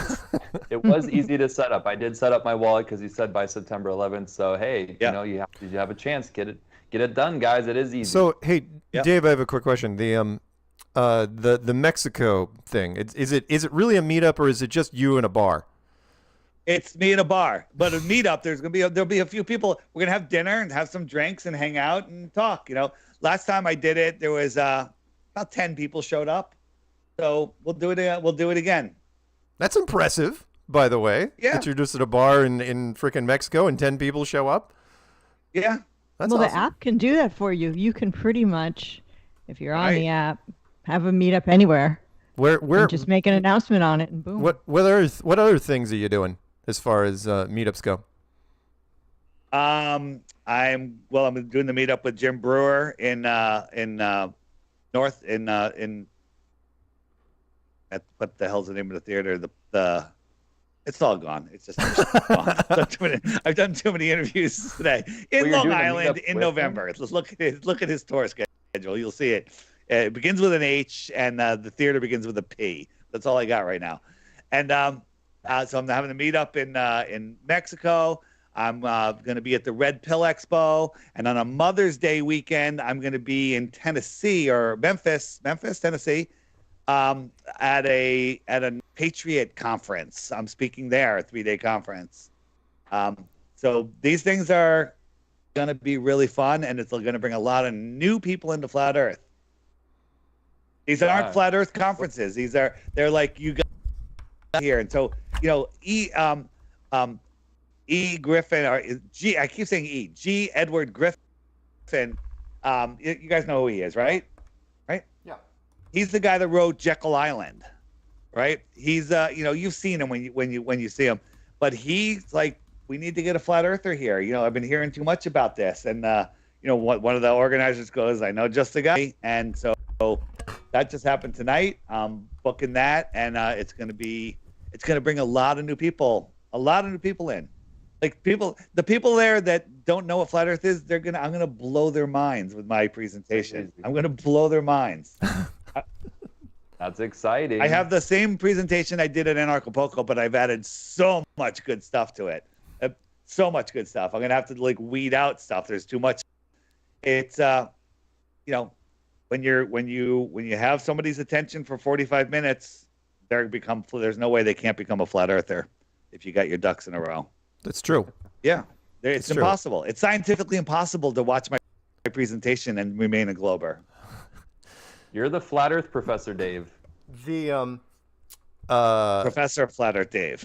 Now, I don't want to jinx it because you said don't bring it up, but I'm going to talk in code here. The super secret thing that hasn't happened yet, is that still a possibility that you're not supposed to talk about? Or the thing that was supposed to happen before the Trump thing? The Trump thing? Yeah. It's still in the works. Yeah, it's going to happen, okay. But it's going to be probably after the election. which means if we're still alive. Yeah. Okay. Yeah. If America hasn't fallen. Right. Yeah. All right. Yeah, but let's not do that. You bring that up, and the trolls are gonna go berserk. They're gonna go berserk. All right. Again, you heard Nick Looney Tunes say to Whitsitt the other day. I don't know if you heard it. He said, Whitsitt called him out for calling InfoWars when Harrison was gonna have Whitsitt on. McToon called InfoWars and was like, "Don't have him on. You need to be prepared," and tried to blow up the thing. And Austin's like, what are you doing that for? He goes, "It's a fun hobby to follow you where you're going and see if I can blow up your appearances. It's a fun hobby for a fucking demon." Oh. The Globers have notoriously tried to undo flat earthers. Brian Mullen, for example, quite a long time ago, it happened there. Yeah. Hey, David, Yep. what's the latest with Israel in a presentation? What's going on with that? Thank you for reminding me, Patricia. Saves the day. But hey, there is a conference in Israel. I just wrote a little sentence here. The Awakening. Wait, hold on. I got to put my freaking glasses back on because I'm completely shot. He's having too much fun. The Awakening tonight, guys. snowball has begun. The fall of Babylon has started. The Earth truly was a globe. If the Earth truly was a globe, then they wouldn't try to censor or suppress flat Earth info. The truth fears no investigation, so I'm glad to invite you all to the Israel. There he goes. There's Dave Weiss talking about Israel. The Israeli Flat Earth Conference on the 19th of November in Kfar Saba. Kfar Saba. Am I pronouncing that right? Never heard of it. But that's where it is. And I will be speaking there via Zoom, and so will Mark Sargent. Wow. Wait, what? wait, I'm on this? What did? Yeah, you're on this. You're speaking also on the 19th of November. I am? Yes, in the Israel conference. And I'll be there. Mossad will probably be there. It's going to be a blast. And they're like, screw the before. We're having a conference. They had You it. shouldn't And they say canceled it'll it. be a blast, though. Probably the You wrong signed choice me of up. words. You signed me up for. Wait a minute. Where is that? Mark, Kapla you're Jaffa. remote. What is that? You're remote. Just use your VPN so they can't locate you while you're Right. presenting. I don't even know if I'm allowed to go to Israel. You're not going. You're doing it. Oh, via just Zoom. video. Oh, Yes. I appreciate. Okay. I appreciate. Did you really sign me up for this? Yeah. Yes. You're really going. You're really on. Okay. I'll get you the details. Thank you. It's on the friggin' Do I- 19th. how- You're speaking for 45 minutes max. Maybe a half. I was just going to ask you, how long do I have Time to talk? learn some Yiddish, Mark. Yeah. Do I Yeah. do I have to do? Is it interactive or is it just? It's interactive. There you can. There are people that can ask questions. And You know stuff. what? You can That's do a little Q&A. that's my opening. It'll just me. But I'll just come on and say flat Earth. Any questions? All right. And then I'll just let them go. That's the Israeli conference, November 19th of November. So anybody in Israel or that's going to Israel and you want to go to a conference, go. I mean that doesn't make you a bombing target, right? All right. Well, which is good. Again, you can sign me up for what. And by the way, anybody out there can sign me up for stuff. Just let me know. And thank you, David, for. Wait, but how long ago did you sign me up for this? About just today. Oh, okay. That's Well, not bad. actually, he told me a long time ago, and I was like, "Oh yeah, I'll get to. I'll tell him." All right, I'll And then a month, maybe. It was A month ago? And then you said I'm on Strange World. Like, well, I'll just tell him we're on Strange World. All right. That's so funny. See, it really is like a flat Earth family, Yeah. guys. For the viewers that are trying to piece this together, it is just kind of off the cuff. So there you flying go. by the seat of Okay, their pants, getting shit done. one last question about the Israel thing that I did not agree to. What? Who's on first? You or me? However you like it. Logan Paul, I I'll think. let you pick. Logan Paul. I'll let you Thank pick. you, Patricia. Yeah, Yes. you're on right after Logan Paul. Logan Paul couldn't even spell Israel. Don't even start with that. I feel like Mark's a great opener. What? No. David should open, and then. We'll see. We'll see. All right. We'll Because see. that way people could ask me questions about David's slides. You know, it's like David Weiss had all these slides. I have questions because because this isn't like something where you go to and then you're going to be in the lobby and people are going to ask you questions. What follow up? You're just going to have them emailed to you. Right. What? That's cool. No, thank you. There I appreciate it. There you go. So thanks, Patricia, for saving the day because I would have gone. Fuck. Right. I forgot. Forgot to Hey, blindside me. there's flat earthers all Yes. over the world. Yeah. Nice. So there you go. Yeah. By the way, question for you because you got to go over there in person and I didn't. You went to the West UK meetup. Oh, I did. With I did. Ian. How was that? So I went to I spoke at his flat Earth social, yeah. and that was fun. And then we had we went to there was a festival, a 3-day or 4-day festival, kind of on this ranch on this farm, and that was actually kind of fun. Oh, neat. It was fun. You know, there was only one troll there, but there was a lot of cool stuff there, and interesting food. Whose troll was it? Just some stupid guy in a T-shirt that said "Earth is not flat, prove me wrong," or "Earth Usually, is a globe, though, prove me I wrong." mean, he probably was what a Simon Dan guy, one of those. Yeah, because he was using I would explain. He's like, "Oh, how about the sun? Goes how does the sun set?" And I'd be talking about the rising. He goes, "Word salad. That's nice word There salad." you go. I'm just like, what? I'm like, yeah, definitely one of those guys yeah. for sure. Yeah, word salad.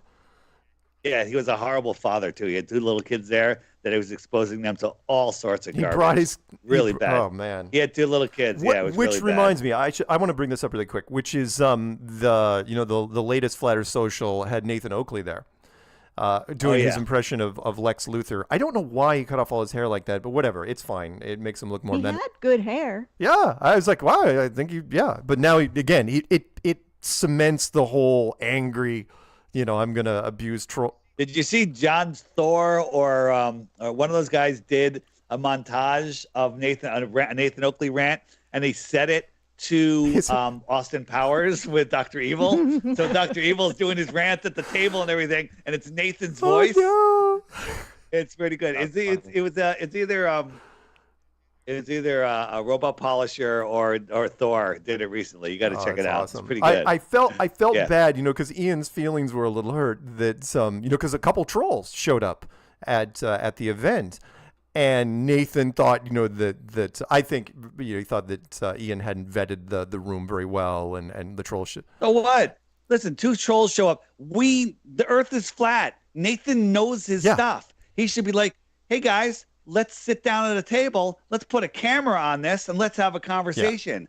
But I guess Nathan doesn't like it when he doesn't have the mute button. I'm not sure. I wasn't there. Nathan's so used to total editorial control that, it did not. And again, I would have been surprised, given, you've seen some of Nathan's stuff, and he's been abusing people for so long that I would have been surprised if they didn't show up. And it's like, I'm surprised that that's like only 2? Dude, you should have had half a dozen that came in from all parts of the UK. But whatever. Well, it's cool to see more and more meetups that's growing. So, Dave, are you noticing that more people are adding your app, daily, or how is it? I mean, when I got your app 2 years ago, there was about 9,000 blue dots, and now I see we're reaching 200K. That's crazy, right? It could be 200K on the 20th. I'm calculating, unless it picks up, because I got a bunch of big interviews coming out, so that's gonna pick up sales. So it might be before the 20th. I'm planning on doing like a live Twitter space hangout or something for 200,000. Today or yesterday? Yesterday, I did 3 high school classes. Nice. And it was good, and I nailed it a little better this time, because these kids are so brainwashed. But they were getting it. It was really good. And then I got same teacher, and they just kept rotating them. Same teacher, yeah. So 45 minutes, 45 minutes, 45 minutes. So class 1, 2, and 3, and they're all, but they're new kids every time. The teacher, he's flattening. He doesn't want to say it because he can't. So and I was dissing teachers, but complimenting him at the same time. Nice. I'm like, teachers are indoctrinating you. They're not teaching you how to think. They're teaching you what to think. They're making you memorize. I go, except this teacher here, he's exposing you, giving you the opportunity to use your God-given common sense, right? And these kids were listening. It was good, and I got a lot of contacts afterwards, people reaching out to me. So, oh my God, I would have been that kid eating this up. I would have been so excited to talk to my friends, because I was all into conspiracies at that age. So some people are just desperate for that, going, I knew something was up. That's what Flat Earth is. It's like when there's something just isn't right with the whole narrative, and it's like, boom, Flat Earth kind of fills in all those gaps. So you're really helping those kids. How fun. That one's coming out. I just finished them. I'll probably air them tomorrow. Now, should I air them one a day, or should I premiere them 1 hour, 2 hour, 3 hour, 3 hours in a row, or should I just dump them all at the same time? Patricia, what do you think? One a day. Stretch it out. One a day? Yeah. I don't think you like that answer. Just hit public, done. All right, I'll schedule them for. Well, remember how when the clues came out and it was you're exciting, waiting? Well, you literally would be waiting for the next one to come out. Yeah, if you don't no, because I know exactly what you're talking about, because I've done those. And if with me, I let the whole thing go in one big thing, but I was just being lazy. In hindsight, I would have done one every day, because otherwise, what happens is they tend to get repetitive by the third one. Although I mixed it up. I went a different route every class. Oh, nice. I brought up different stuff. Nice. Yeah. Nice. Because I realized I told them, basically I said, if all 3 classes were together, we'd barely be able to scratch the surface. I said, so I'm just gonna. I said, and I told every class, don't believe anything I said. I'm just gonna point to some doors, and you need to decide whether you want to verify it. And I told them, I go. They all were interested. I go, you want to know how to get rich? And I used Jaron's line, invent something that makes people lazier. Oh, right? I've used that line. Yeah. It's a great line. Yeah. Yeah, because it's the friggin' truth. Now, did the kids ask the questions, or did the teacher read the... No, the kids asked the questions. The first one I went for like 30 minutes before I got to questions. The other ones I went 10, 15 minutes max, and then I let them ask questions. Yeah, how'd that go? What were they asking you? All new questions, like, what about boats over the horizon? What about seasons? What about tides? How does the sun set? Okay, all new stuff, all new. Okay, is there ever someone with an original question? No, there's nothing. Think so. There's nothing anymore. I used to get nervous. I'm like, oh my God, questions. They're like, I'm like, really? I assumed you knew that. The only original questions are the personal questions. they'll ask you something about your childhood or. Well, one kid goes to me, he goes, you're telling us not to believe. I was telling NASA, and I was like, I said they're liars, and I was like, they're liars. You can't believe them, and they're like, you're telling us not to believe all these people. Why should we believe you? And I go, did you listen to the first thing I said? I said, don't believe anything I said. I said, verify everything I'm telling you. You are flat smacking these children. That is amazing. How did this teacher get away with it? How did they get this? Good question. The teacher is exposing the kids to radical ideas, right? And letting the kids think for themselves. He's not telling them, hey, I'm not saying the earth is flat. This is what this guy believes. What do you guys think? And now they all have to write papers and then letters to me, and then he sends them all to me. I get like a stack of friggin' letters I got to read, right? What grade? Seniors in high school. Oh, cool. So everything's written by Chat GPT, I guess. Well, they got to handwrite it and stuff, and Dude, I love this teacher. We gotta interview him one day and see how it. No, he's really good, really good. So, I will be releasing those. I guess tomorrow morning I'll start. Did you get video on that or just audio? No, I got video, but he wants to be. You can't have the kids. So basically, I just brought it down to 1%. So it's just like they're very shadowy. Like you can see what's going on. You just can't identify any of them. It doesn't matter because it was a whole classroom, deep classroom of kids. So it's just what they're saying was what matters. Yeah, and surprisingly, any of the parents are gonna be pissed. I'm a big believer of forgiveness over permission when it comes to that stuff. And when it came to the kids, I learned really quick, which they're just excited to have their stuff on a video that gets hits. Because a lot of these kids are going out there and trying to, start their first channel. And it's going nowhere, and they're just thrilled about that. And which is why I only do audio, or I used to do. Like when it comes to classrooms, I only do audio because that way. Now I am doing another big school, but this teacher says no recording whatsoever. Really? He won't let me record anything, and I agreed to do it. But I wish I could record it. What's the fun in that? Well, the fun is, who knows who I'm going to reach? Yeah, I'll do one. It could be awesome. I'll be pissed. Now I could record it on my side without them knowing. I do have a way to do that, but the schools are related, and I don't want to piss off the other guy because he's been awesome. I've done 9 classes with him, and I'll be doing it again next year. And so it's a good thing. You also don't say the name of the school, do you? No, I don't. But the trolls think they could figure it out. They got it wrong last time, but they were calling up schools. You remember what's that dweeby guy that was all over us? That I forget whatever his name was. He's like, I can't believe you did a high school. Where was that? I was like, he goes, "Is that your home high school?" I'm like, "Yeah, it was my hometown." I go, but and so he literally called my high school and started, he had all the trolls were calling my high school. I was like, it wasn't my high school. It wasn't my high school, but he's exposing them to flat Earth. It was pretty fun. Did any of the kids get the app? That Bryant guy. That's who it was. Oh, okay. And I told all the kids that they can have the app for free if they have Android phones, and a bunch of them emailed me, and I gave them the app for free. That's okay. There you go. That's fun. Nice. Yeah. They're thoroughly entertained.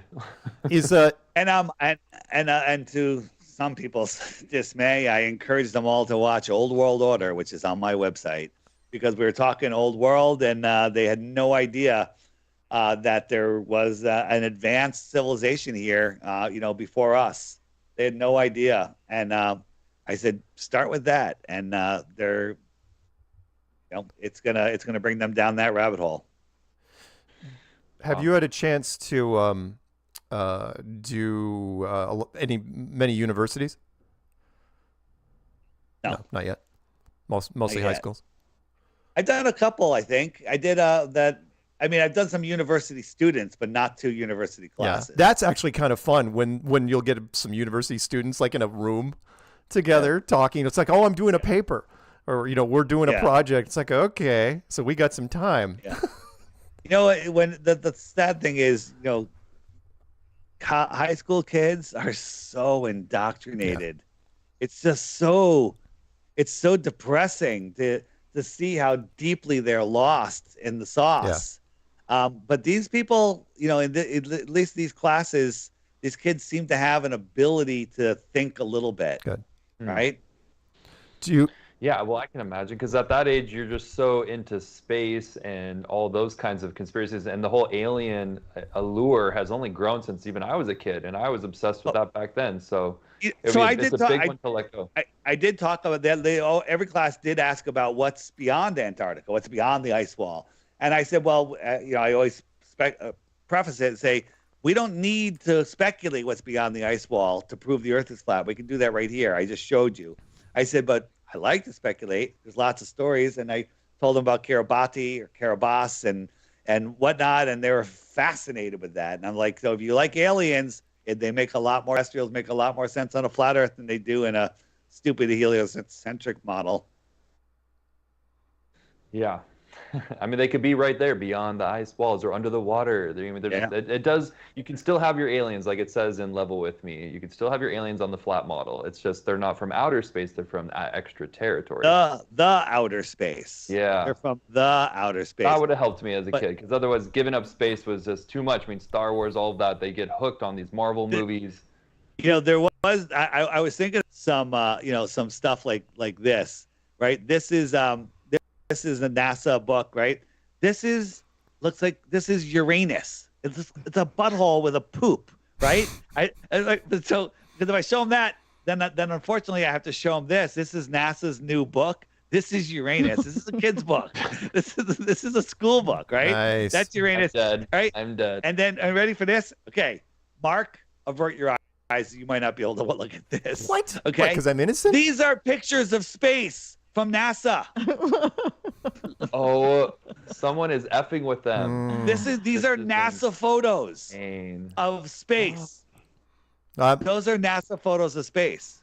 Yeah, I'm calling. And again, the average person doesn't know that they have artistic painters for the supposedly NASA data, and they make them whatever they want.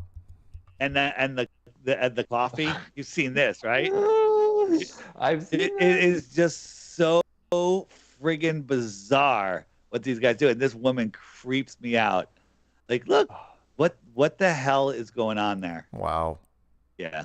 I know why they all look a little off. These astronauts. Yeah. They don't. Look I wonder if athletic, some is of what them I are would even tell. real people. I'm wondering if these are CGI people. Like, do we ever see them? You see some of them, like the Kellys. That is so creepily gross. Terry Burt's saw him, but yeah, it's not good. So someone's making these shapes, obviously innuendos, and is it just like a big joke to the insiders, going, look what are passing off as real? Here's Jeff Bezos' rocket, and the cameraman always has this weird motion, right? This is Bezos' penis rocket, okay? And they're showing this.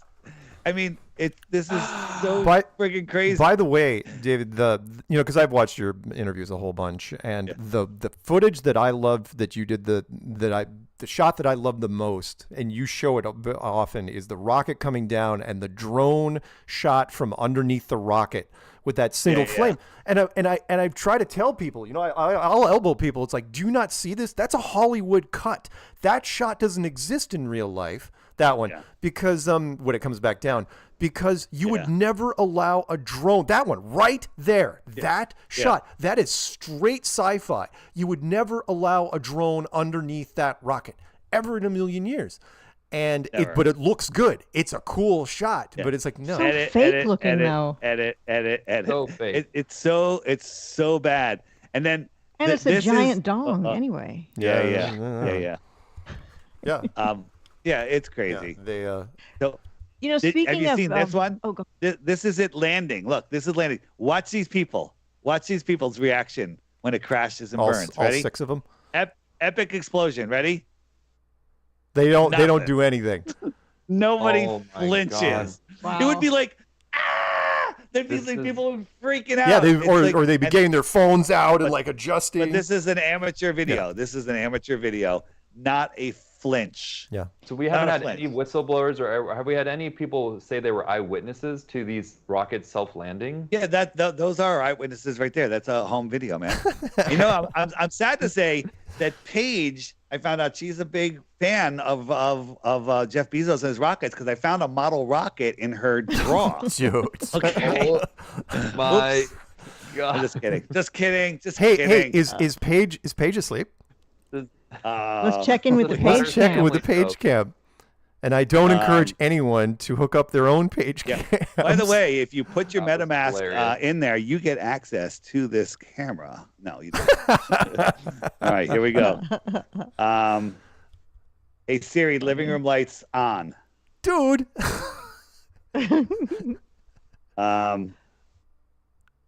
I think she went to bed. This is the She went to funniest bed. episode already. Oh my I think she God. went to She already in bed.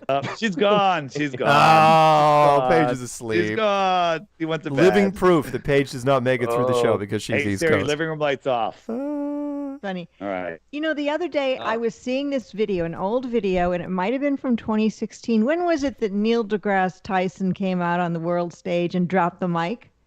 Remember Oh, that? Comedy Central. I think that was 2017. Yeah. 2017. Okay. If anyone finds that and watches it again, note that he's holding the mic and talking into it, but he's also got a lapel mic on the whole time. Right. He has to. Because he has to hold it out and say this is gravity. Yes. But it's like it tripped me out when I saw how pre-planned, and I mean, of course it's fake and pre-planned, but it made it even more fake and pre-planned when I noticed that. And I just noticed it. He has helped us more, in my good opinion, one. more than he's hurt us. That, and David knows this one, that thing where he came out on that stage and he talks about the Felix Baumgartner jump. It has, again, he should have never done it, which is where he said that, again, it was scientifically dishonest for Red Bull to create that massive curvature of the earth because there is no curvature from that altitude. And I have thrown that at so many people. I made my own video on it. And That's where he says that stuff is flat. Yeah, You can't see it. Yeah, he goes, "You don't see the curve." Yeah, Everyone, 2 millimeters replays in from my this- mind. You don't see the curve from there. You don't see it. It's like, oh my Yeah. God. So that was because we kept saying the higher we go, we still see flat. So that was them backpedaling. I saw an article this past, a couple months ago this year, that NASA says that they're using helium for their heavy lift rockets. Wow. Wow. They're using, yeah, they are, because that's what lifts their rockets, helium, because they're literally balloons. Yeah, you were one of the first people to go down that road. And Dude, I got so much shit. Eric Dubay gave me shit about that, and I'm still holding my used the ground. most helium of anyone. That was probably something I heard from you, David, first. Yeah. Why wouldn't you? I mean, it's pretty ingenious, which is use the stagecraft that you have. It's like we've had blimps, and we won't go into the airship thing, for a long time. And if you can fake a rocket going up, with maximum thrust. Oh yeah, and that one of my favorites. Yeah. That was one of my What is that? That is a guy, that is a space shuttle model with the bay doors open, and one of the prop guys was caught on camera. And they played it off as like, oh no, that's the reflection of the astronaut that's taking the movie.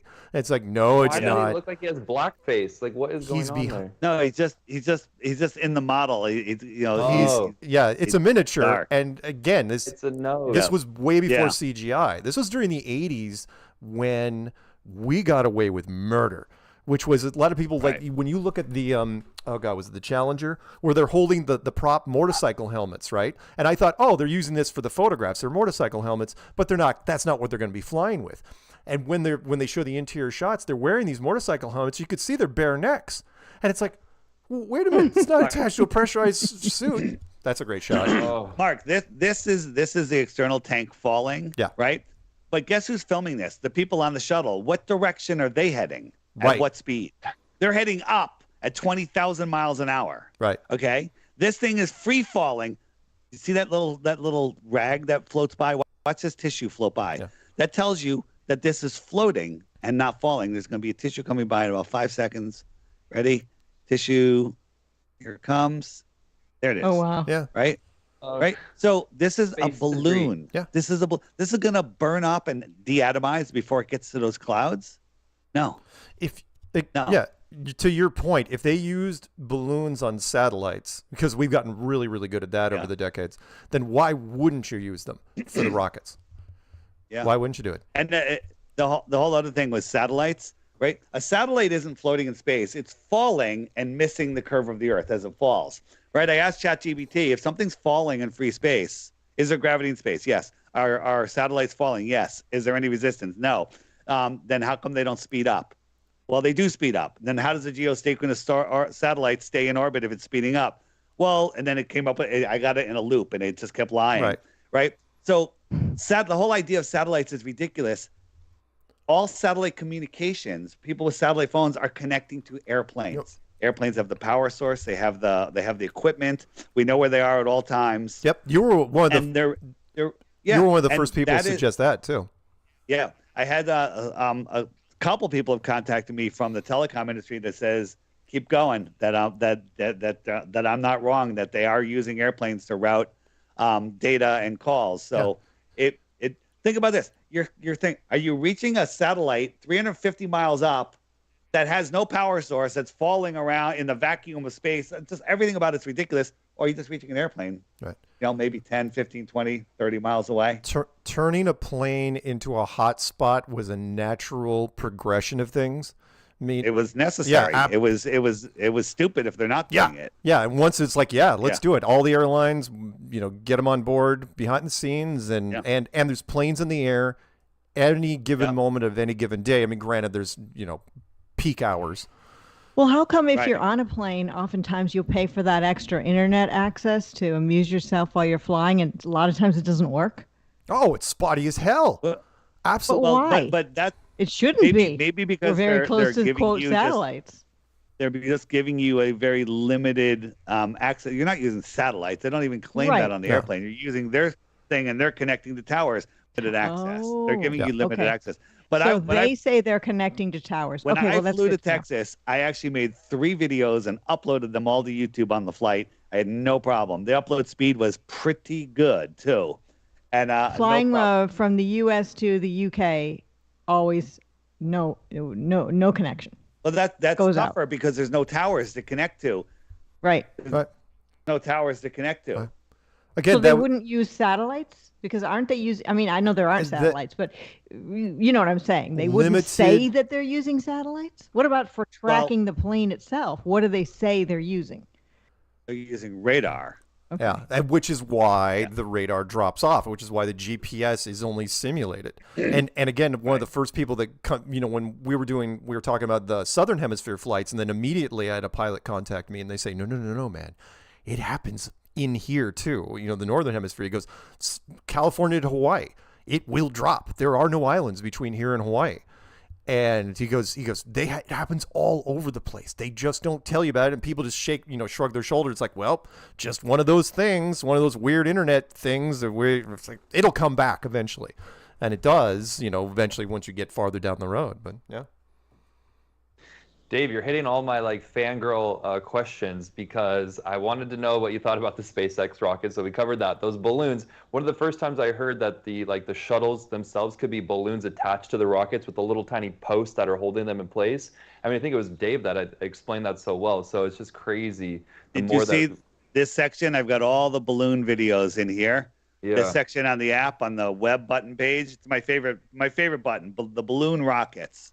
And it shows it all. It shows everything. I've been using the app a lot lately, actually. I mean, I'm getting messages, thanks to everyone who watches Strange World that uses your app. They've been so supportive. But just for myself, trying to get content, I was researching Antarctica all week long using your app about, we could touch base about how even the travel agents, when you call there, they tell you you're not going to see the 24-hour sun. You had a video about that was pretty funny. And Austin brought up a good point that you don't see Antarctica from space either. Right. So these were all on your app. So on the Meetup Maker, I just want to show people something. I typed in search by location, search for Mexico. Hey, there's one in Mexico. Now look at my Meetup. I got a nice picture. I got some information. It tells when it is, right? This guy's serious. He's got some referrals. It gives a nice description, right? There's people that are doing meetups. Let me show you some of these meetups. We'll say search by date, and we'll just say for just a whole bunch. Let's see what we got here. So, here's Zulu's. Not bad. I'll give Zulu. He's got it. That's good, right? But there's people there's one guy. I got to find this one. It's hysterical, right? That's actually, people are getting better now. But it was just a weird picture of him, and it said, Motel 6, Saturday, 4 p.m. BYOB. Right. Go at your own risk. I'm like, really? How about put a little information, make a nice invitation? Look at that. Yeah. Look how nice, right?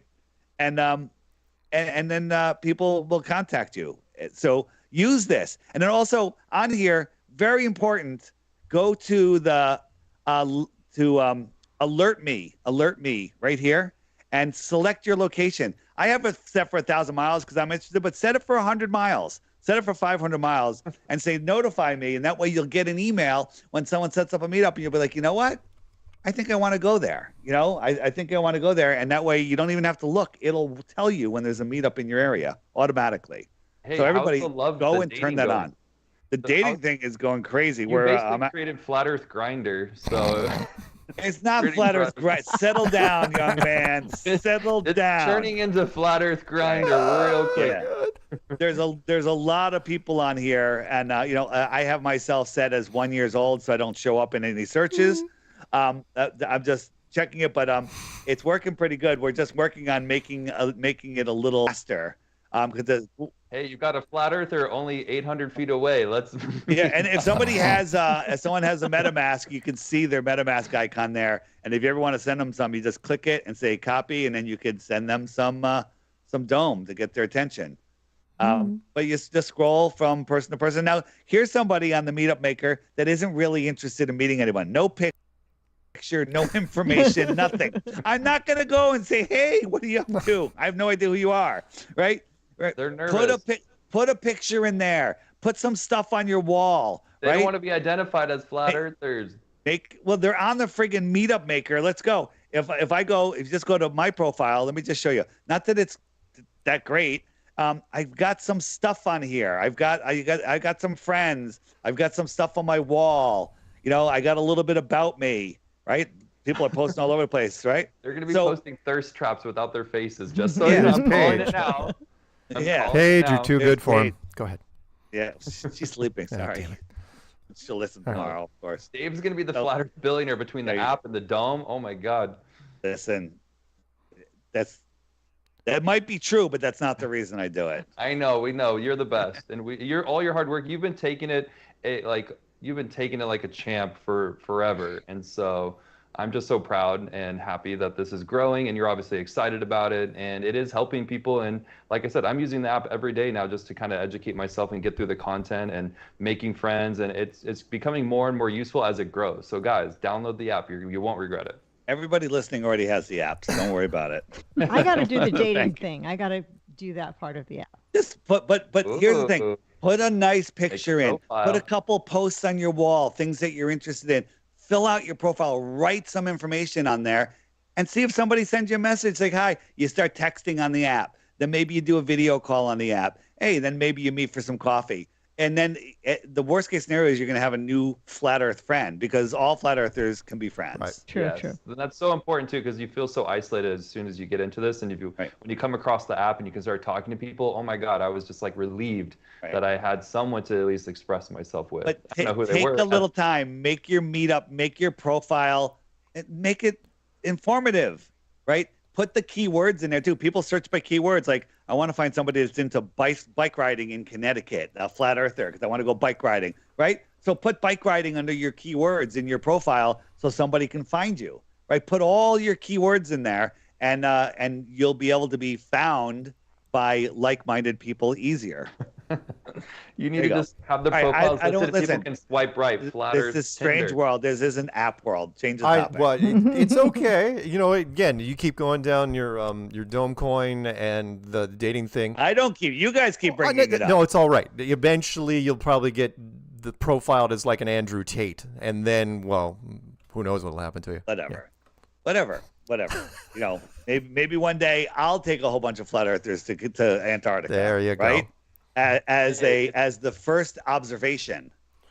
That's what I'll call it. So as we are slowly winding down the show, what's I want thoughts by my illustrious staff. Patricia, Any last minute questions for David or comments? No or questions. Actually, hyperboles? David, you're looking really good and healthy, and I like the glasses. Well, I've done so many interviews this week. I can't see. I can't talk. But thank you. DJ. Yes, I mean, so happy. I feel like we covered so much, but I do have a question. So a couple weeks ago, we all talked about, do we think Flat Earth is going to hit critical mass and how that could go about? Yep. What are your thoughts on this, Dave? Kind of just could chime in on the Flat Earth family. Where do you see this going? What's next on the horizon? I think with the momentum that's happening now, in less than 1 year, the whole world is going to know the Earth is flat. That's my prediction. That's a big one. That's bold. And but think about this. Think about this. Unless they shut down the world, right. It's going out there. The way this is going, the amount of interviews that I'm doing, other people, Austin's doing amazing stuff. The way things are going, it only takes one tweet, right? It only takes one tweet. What if Candace Owens says, "Hey guys, I think the Earth is flat. Check out flatearthdave.com." It's over. That's it. Yeah. It's over right there. Right. Okay. Right. If she wants to commit total suicide, she should do that. Okay. But and there's enough people waking up. And the great thing about Flat Earth is when somebody wakes up to it, they never forget about it. Right. They never forget about it. And they keep on going. So, we're at critical mass right now. Everybody on the app, if you got the app for one other person, gift it to people. Gift it. Right. Or just tell people about it, or just send them to my website. Watch. They need a place to go. Watch a movie with them. Just whatever it takes. It's different for everybody. That's it. It just doubles and doubles and doubles. And by the way, there's not 8 billion people in the world. There's only 3 billion. Okay, less than 3 billion, in my opinion. And so we're gonna hit it. It's gonna go super fast. I think, and I have a web version coming out later this year, so you'll be able to go on the app on your computer on your web browser. Nice. Interesting. Nice. I think we would have already hit it if they hadn't have thrown the roadblocks in, multiple roadblocks. You mean Eric Dubay boycotting telling everyone not to go to the conferences? That roadblock? Yeah, that didn't. Taking the scoreboard down, as Mark said. Taking the scoreboard down. So many things. Yeah, they're doing everything they can to stop it, but it's not working. It's still growing, and it's growing faster and faster. It hasn't slowed down. The trolls will go, "Oh, look at the YouTube analytics. So Flat Earth has gone way down." Yeah, because they changed the algorithm, but the interest has actually gone up. It's constantly going up. It's constantly going up. These kids this year were way more interested than last year. They were really excited for this conversation. Well, it's blowing up on TikTok. I'm noticing that too. There's so many accounts that are posting Flat Earth content, and they're using all of your guys. Great. So Dave, you deserve all the success in the world because you are the hardest working man in Flat Earth, and you bring people together, and your app is awesome. So, listen, I couldn't do it without all the support from all the other people. We're all doing this together. I take other people's content and they just repackage it. I come up with different things. I tell people to take mine. Somebody showed me there's a Rumble channel that has all my interviews on it. I have no idea who's doing it, and it's monetized. God bless them. God bless them. God bless them. Yeah, the wall of content is out there, and I said this in my speech in Vegas, where that you've got all these kids that social media is their currency, and they're looking for interesting topics to talk about. And Flat Earth is all all they have to do is they do the bare minimum search, and they see years worth of content in there, and of course they're going to grab it and put it out there. And you've seen the reinforcement. All they have to do is get a few more hits than their other stuff. It's like, oh, I'm going to keep doing these, or one of their big, whoever they follow. I mean, every channel has done the Flat Earth stuff. I mean, hell, the Deadpool thing was great last week that I threw out there. So okay, round earther. Yeah, okay, round earther, absolutely. Or the thing that they can try to censor, like I didn't tell you guys, but I think I told David I think I told DJ, which was that big Indian channel. 25 million subs, does a 20-something minute video on Flat Earth, does 3 million hits in a day, and it barely cracks the top 20 because they're trying so hard. So because he wasn't critical enough. He went after it a little bit, but he showed a lot of stuff, a lot of relevant info, and they didn't want it to push up towards the top. So yeah, we're Well, whatever happens, the only way to stop it is to shut the internet down. If that happens, guys, just remember God is with you and pray, because that's like, Jim Brewer made a lot of jokes about it's going to get weird, it's going to get worse, as keep your eyes peeled. So who knows what's coming down the pipeline? Well, pray obviously that everything's fine, but it would be an exciting day if they do critical mass. And I feel like we need to talk about what happens if they try to spin it and say, hey, we always knew it was flat and it was made from somewhere else. It would be lovely to do an episode about like how they could spin this in their favor. Well, some years ago, Patricia and I talked about that. Oh, yeah. Which was NASA's got an out. Which is, because NASA's the big target here, because people are going to say, okay, NASA, we gave you all this huge amounts of money, and now you're admitting that it was wrong. NASA, their out is, they could say, well, we were told by a higher power that we couldn't, therefore we're fine, which is straight out of the Milgram experiment, which is if you defer to a higher authority, people aren't going to question. That's like, well, they were the Illuminati, or they were aliens, or they were Nephilim. Look, they're 12 feet tall. You're not going to argue with them. Something along those lines. So we could get into that another episode, but the Bible does talk about something that unites the world. So, or the great. How are they going to do it? Yeah, again, not to steal from Rob Skiba too much, but he said, as far as the Great Deception goes, wow, I can't think of a bigger one than, convincing people that the world is not what they think it is. Yeah, even the elect would be deceived. Right. Yeah. There you go, Patricia. She knows some of her scripture. I'll be darned. Yeah. All right. So stay tuned, everybody. Hey, Dave, that was amazing. Yeah, absolutely wonderful. So happy to have you. Thank you, Dave. Thank you, David. Thank you. Any parting shots? Any words of wisdom? I got nothing. All right. Keep it flat. Thank you, David, for coming on. It was a pleasure. I know we kept you up a little late. Last thing. You're dropping the Jim Brewer episode this weekend? Saturday. Jim Brewer, he's dropping it Saturday, so on Jim Brewer's channel. That's a big one. And I did Space Busters for 3 hours with Steve Faulkner today. That should be coming out any moment. It was really good. We did the Anarchapulco thing, but I did it slow. In Anarchapulco, I had to do it in 47 minutes, and we did it in 3 hours. So we went through stuff, had a great conversation. So if you're looking for a nice long format, that's a good one. And I hope to see some people at the Red Pill Expo in November, and that's going to be amazing. I'll probably put a video out on that as soon as I talk to G. Edward Griffin.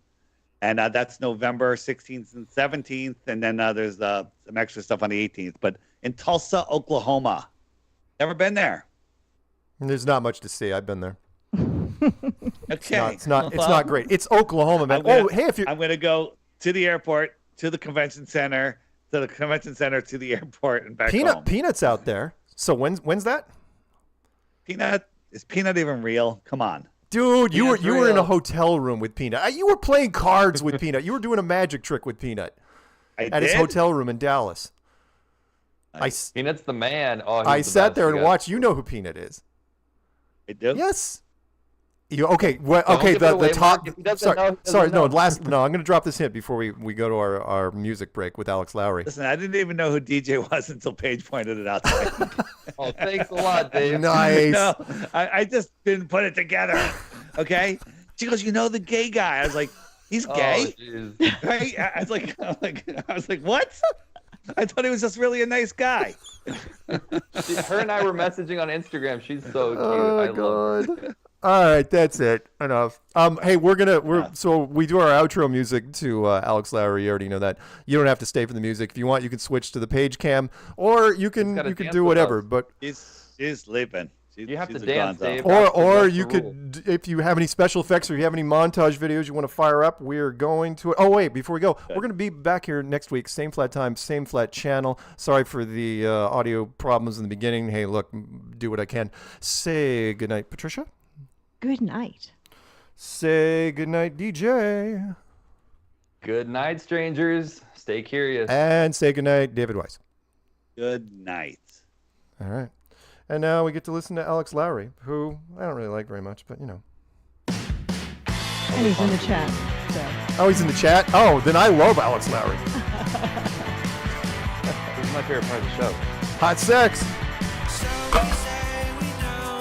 It is a great song. Patricia got to dance. If you want to hear the song, David, you have We can't hear it. That's the bummer. the live stream on a separate channel. Oh yeah, so we can't hear it. We got to But plug it. we're still live though. We're still live. Do whatever you want. This is what I'm gonna do. Really?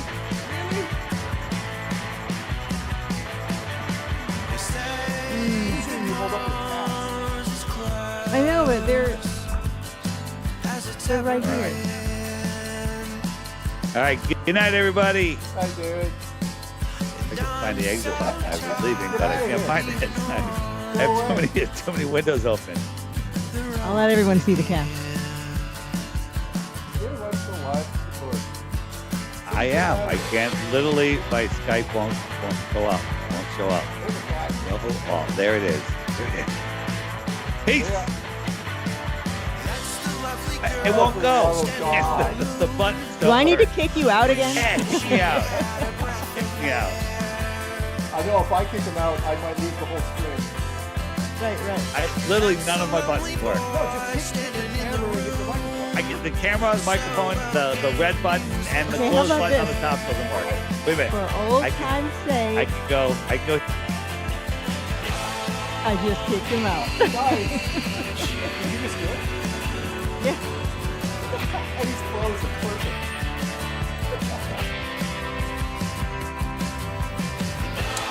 I'll just do it.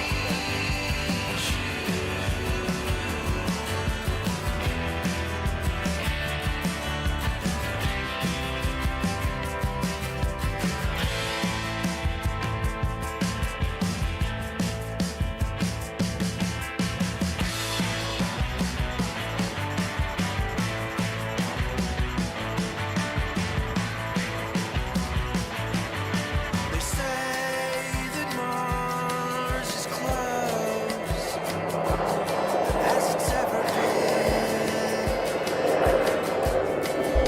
Is David's mic still on? Where'd that noise come from? Chasing stars all over again. There's words for what you got, what you have, and what you'll ever need. There's love so many nights, so many nights, so many ways to believe.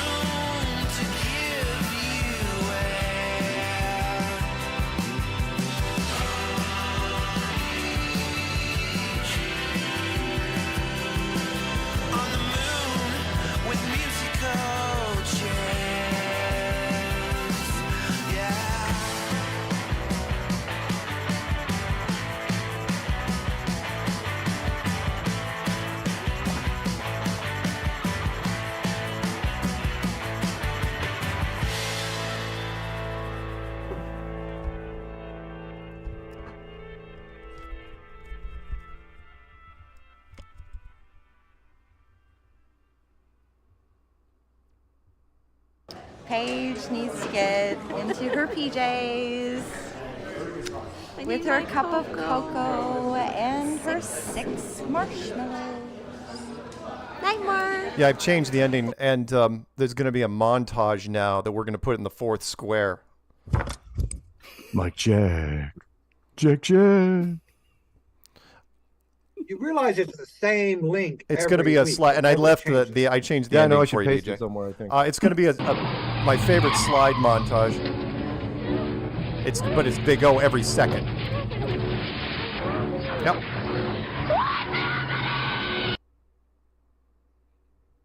And that's it.